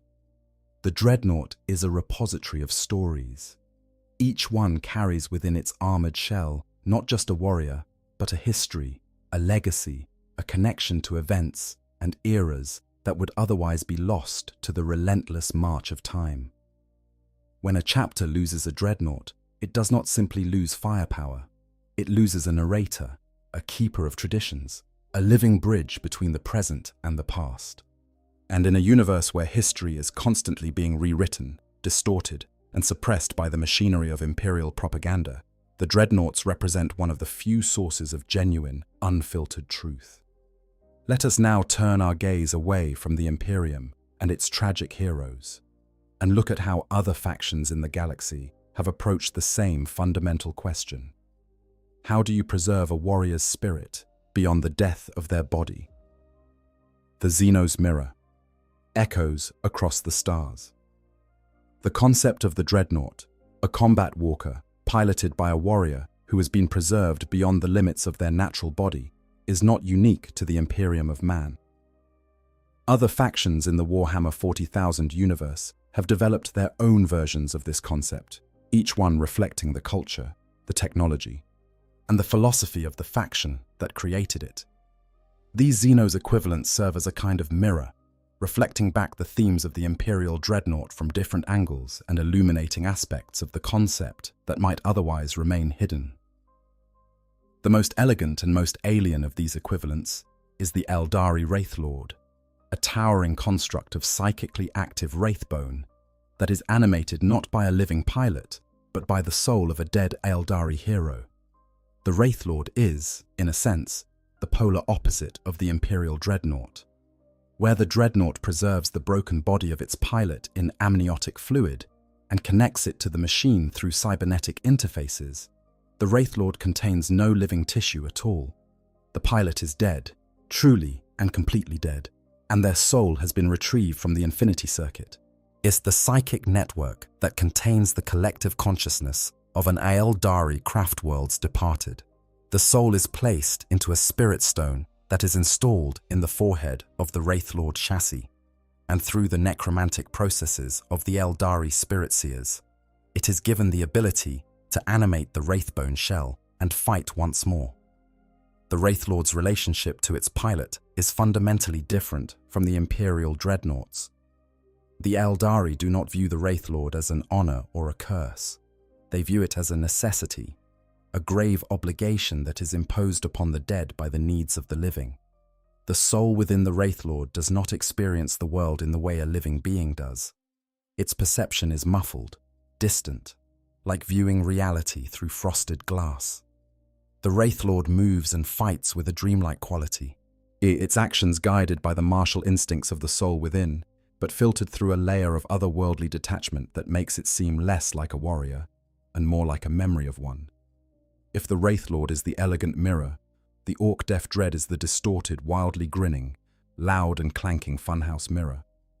Orcs, the rampaging green-skinned Xenos, whose entire culture revolves around warfare and violence, have their own version of the Dreadnought, and it is exactly what you would expect from a race that views subtlety as a character flaw and believes that the best solution to any problem is to hit it harder.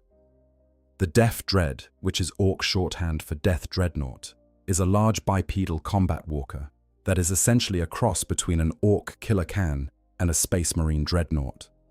Like its Imperial counterpart, the Death Dread requires its pilot to be cybernetically hardwired into the machine, a process that requires the combined expertise of an Orc mechboy and a painboy. But where a Space Marine's interment in a Dreadnought is a solemn, sacred affair, surrounded by ceremony and prayer, and the mournful recognition that a great warrior has fallen, the Orc version is considerably more enthusiastic. Many Orcs actually volunteer for the process, because being installed in a Death Dread makes you one of the biggest and most powerful Orcs in the clan. And in Orc society, bigger is always better. The process does tend to make the pilot a bit mad, and new Death Dreads often need running in, typically at the expense of any nearby buildings, vehicles, or unfortunate bystanders. But this is considered a feature, not a bug, by Orc standards. A Death Dread that tears apart its surroundings during its shakedown phase is just showing proper enthusiasm for the job. The Killer Can is a smaller version of the Death Dread, piloted not by an Orc, but by a diminutive Gretchen. Despite the pain of being hardwired into a metal shell, the Gretchen approached their interment with glee, because being installed in a Killer Can is the closest a Gretchen will ever come to being taken seriously in Orc society. The little creatures stomp around the battlefield in their ramshackle walkers, wildly firing weapons and stomping on things, drunk on the unfamiliar sensation of being bigger than everyone else for once in their miserable lives. But these Xenos equivalents highlight something important about the Imperial Dreadnought. The way a faction treats its Dreadnoughts says a great deal about the faction itself. The Imperium treats its Dreadnoughts with reverence and solemnity, reflecting a culture that values sacrifice and duty above all else. The Aeldari treat their Wraith Lords with sorrow and reluctance, reflecting a dying race that draws on its dead out of necessity rather than choice. The Orcs treat their Death Dreads with enthusiasm and violence, reflecting a race that views war as the highest form of cultural expression. And Chaos treats its Dreadnoughts with cruelty and contempt, reflecting a worldview that sees suffering as entertainment and punishment as a tool of control. The eternal question: honor or curse? We have come a long way together, but we have traced the Dreadnought from its obscure origins in the dark age of technology through the golden age of the contemptor, the dependable service of the castraferrum, the terrifying power of the Leviathan, and the controversial innovations of the redemptor. We have met the legendary warriors who pilot these machines, from the ancient and bitter Bjorn to the defiant Rillinor to the feral horror of Murderfang.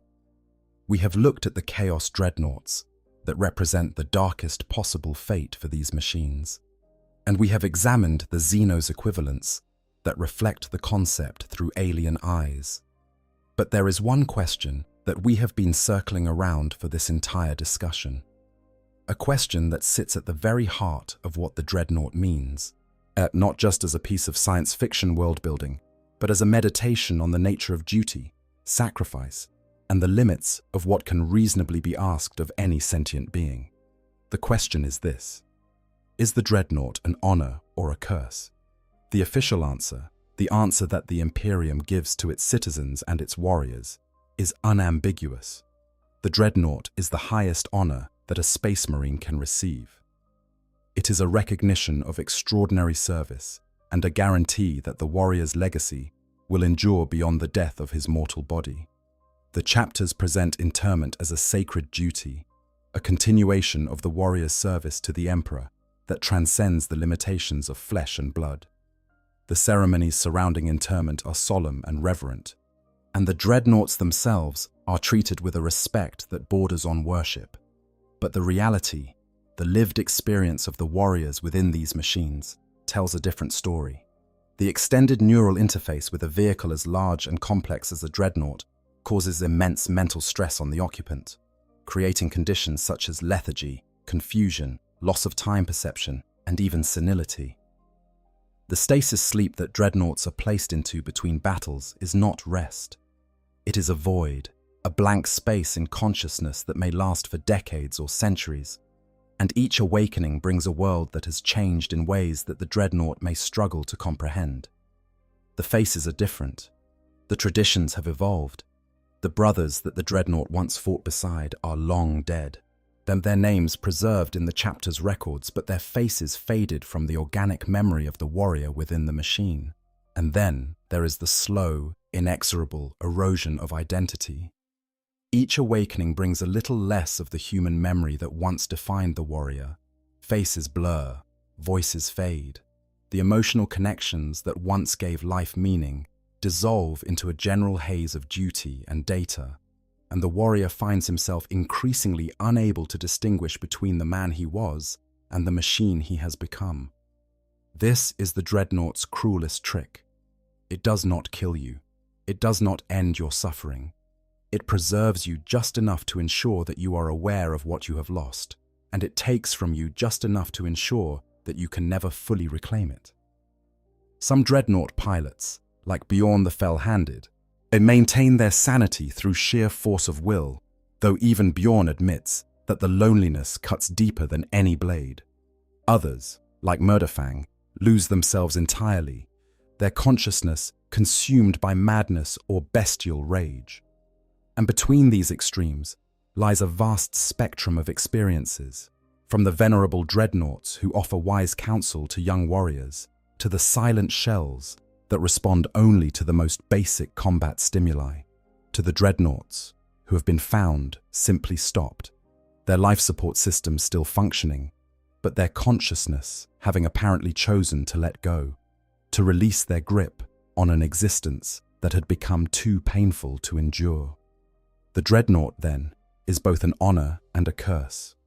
It is the Imperium's most powerful expression of the value it places on its greatest warriors, and simultaneously its most cruel demonstration of the price it is willing to extract from those it claims to honor. It is a machine that preserves life but erodes humanity, that extends service but eliminates choice, that offers immortality but at the cost of everything that makes immortality worth having. And that, I think, is what makes the dreadnought one of the most compelling and most enduringly popular elements of the Warhammer 40,000 setting. It is a concept that captures the essential tragedy of the Imperium in a single, walking, talking, gun-toting package. The Imperium's greatest heroes do not get to rest. They do not get to retire. They do not get to die with dignity and be remembered as the men they were. They get put in a box, wired to a gun, and sent back out to fight and fight and fight. Yes, until the last shred of who they were has been ground away by the relentless machinery of war. Even in death, they still serve. And that might be the saddest sentence in the entire galaxy. If you enjoyed this deep exploration of the dreadnoughts, please consider giving this video a like and subscribing to the channel. It helps more than you might think, and it lets me know that you want to keep exploring the vast, dark, endlessly fascinating lore of Warhammer 40,000. Drop a comment below and tell me which dreadnought you find the most compelling. Is it Bjorn, the ancient and lonely eldest? Rylanor, the defiant loyalist? Murderfang, the feral horror? Or perhaps one of the countless unnamed dreadnoughts who serve in silence, their names forgotten, their stories untold, but their duty unending? Whatever your answer, thank you for spending this time with me in the grim darkness of the far future. Until next time, take care of yourselves, and remember, in this universe, even death is not the end. I hope you guys enjoyed the story. Make sure to hit the subscribe, like, share button, whatever you want.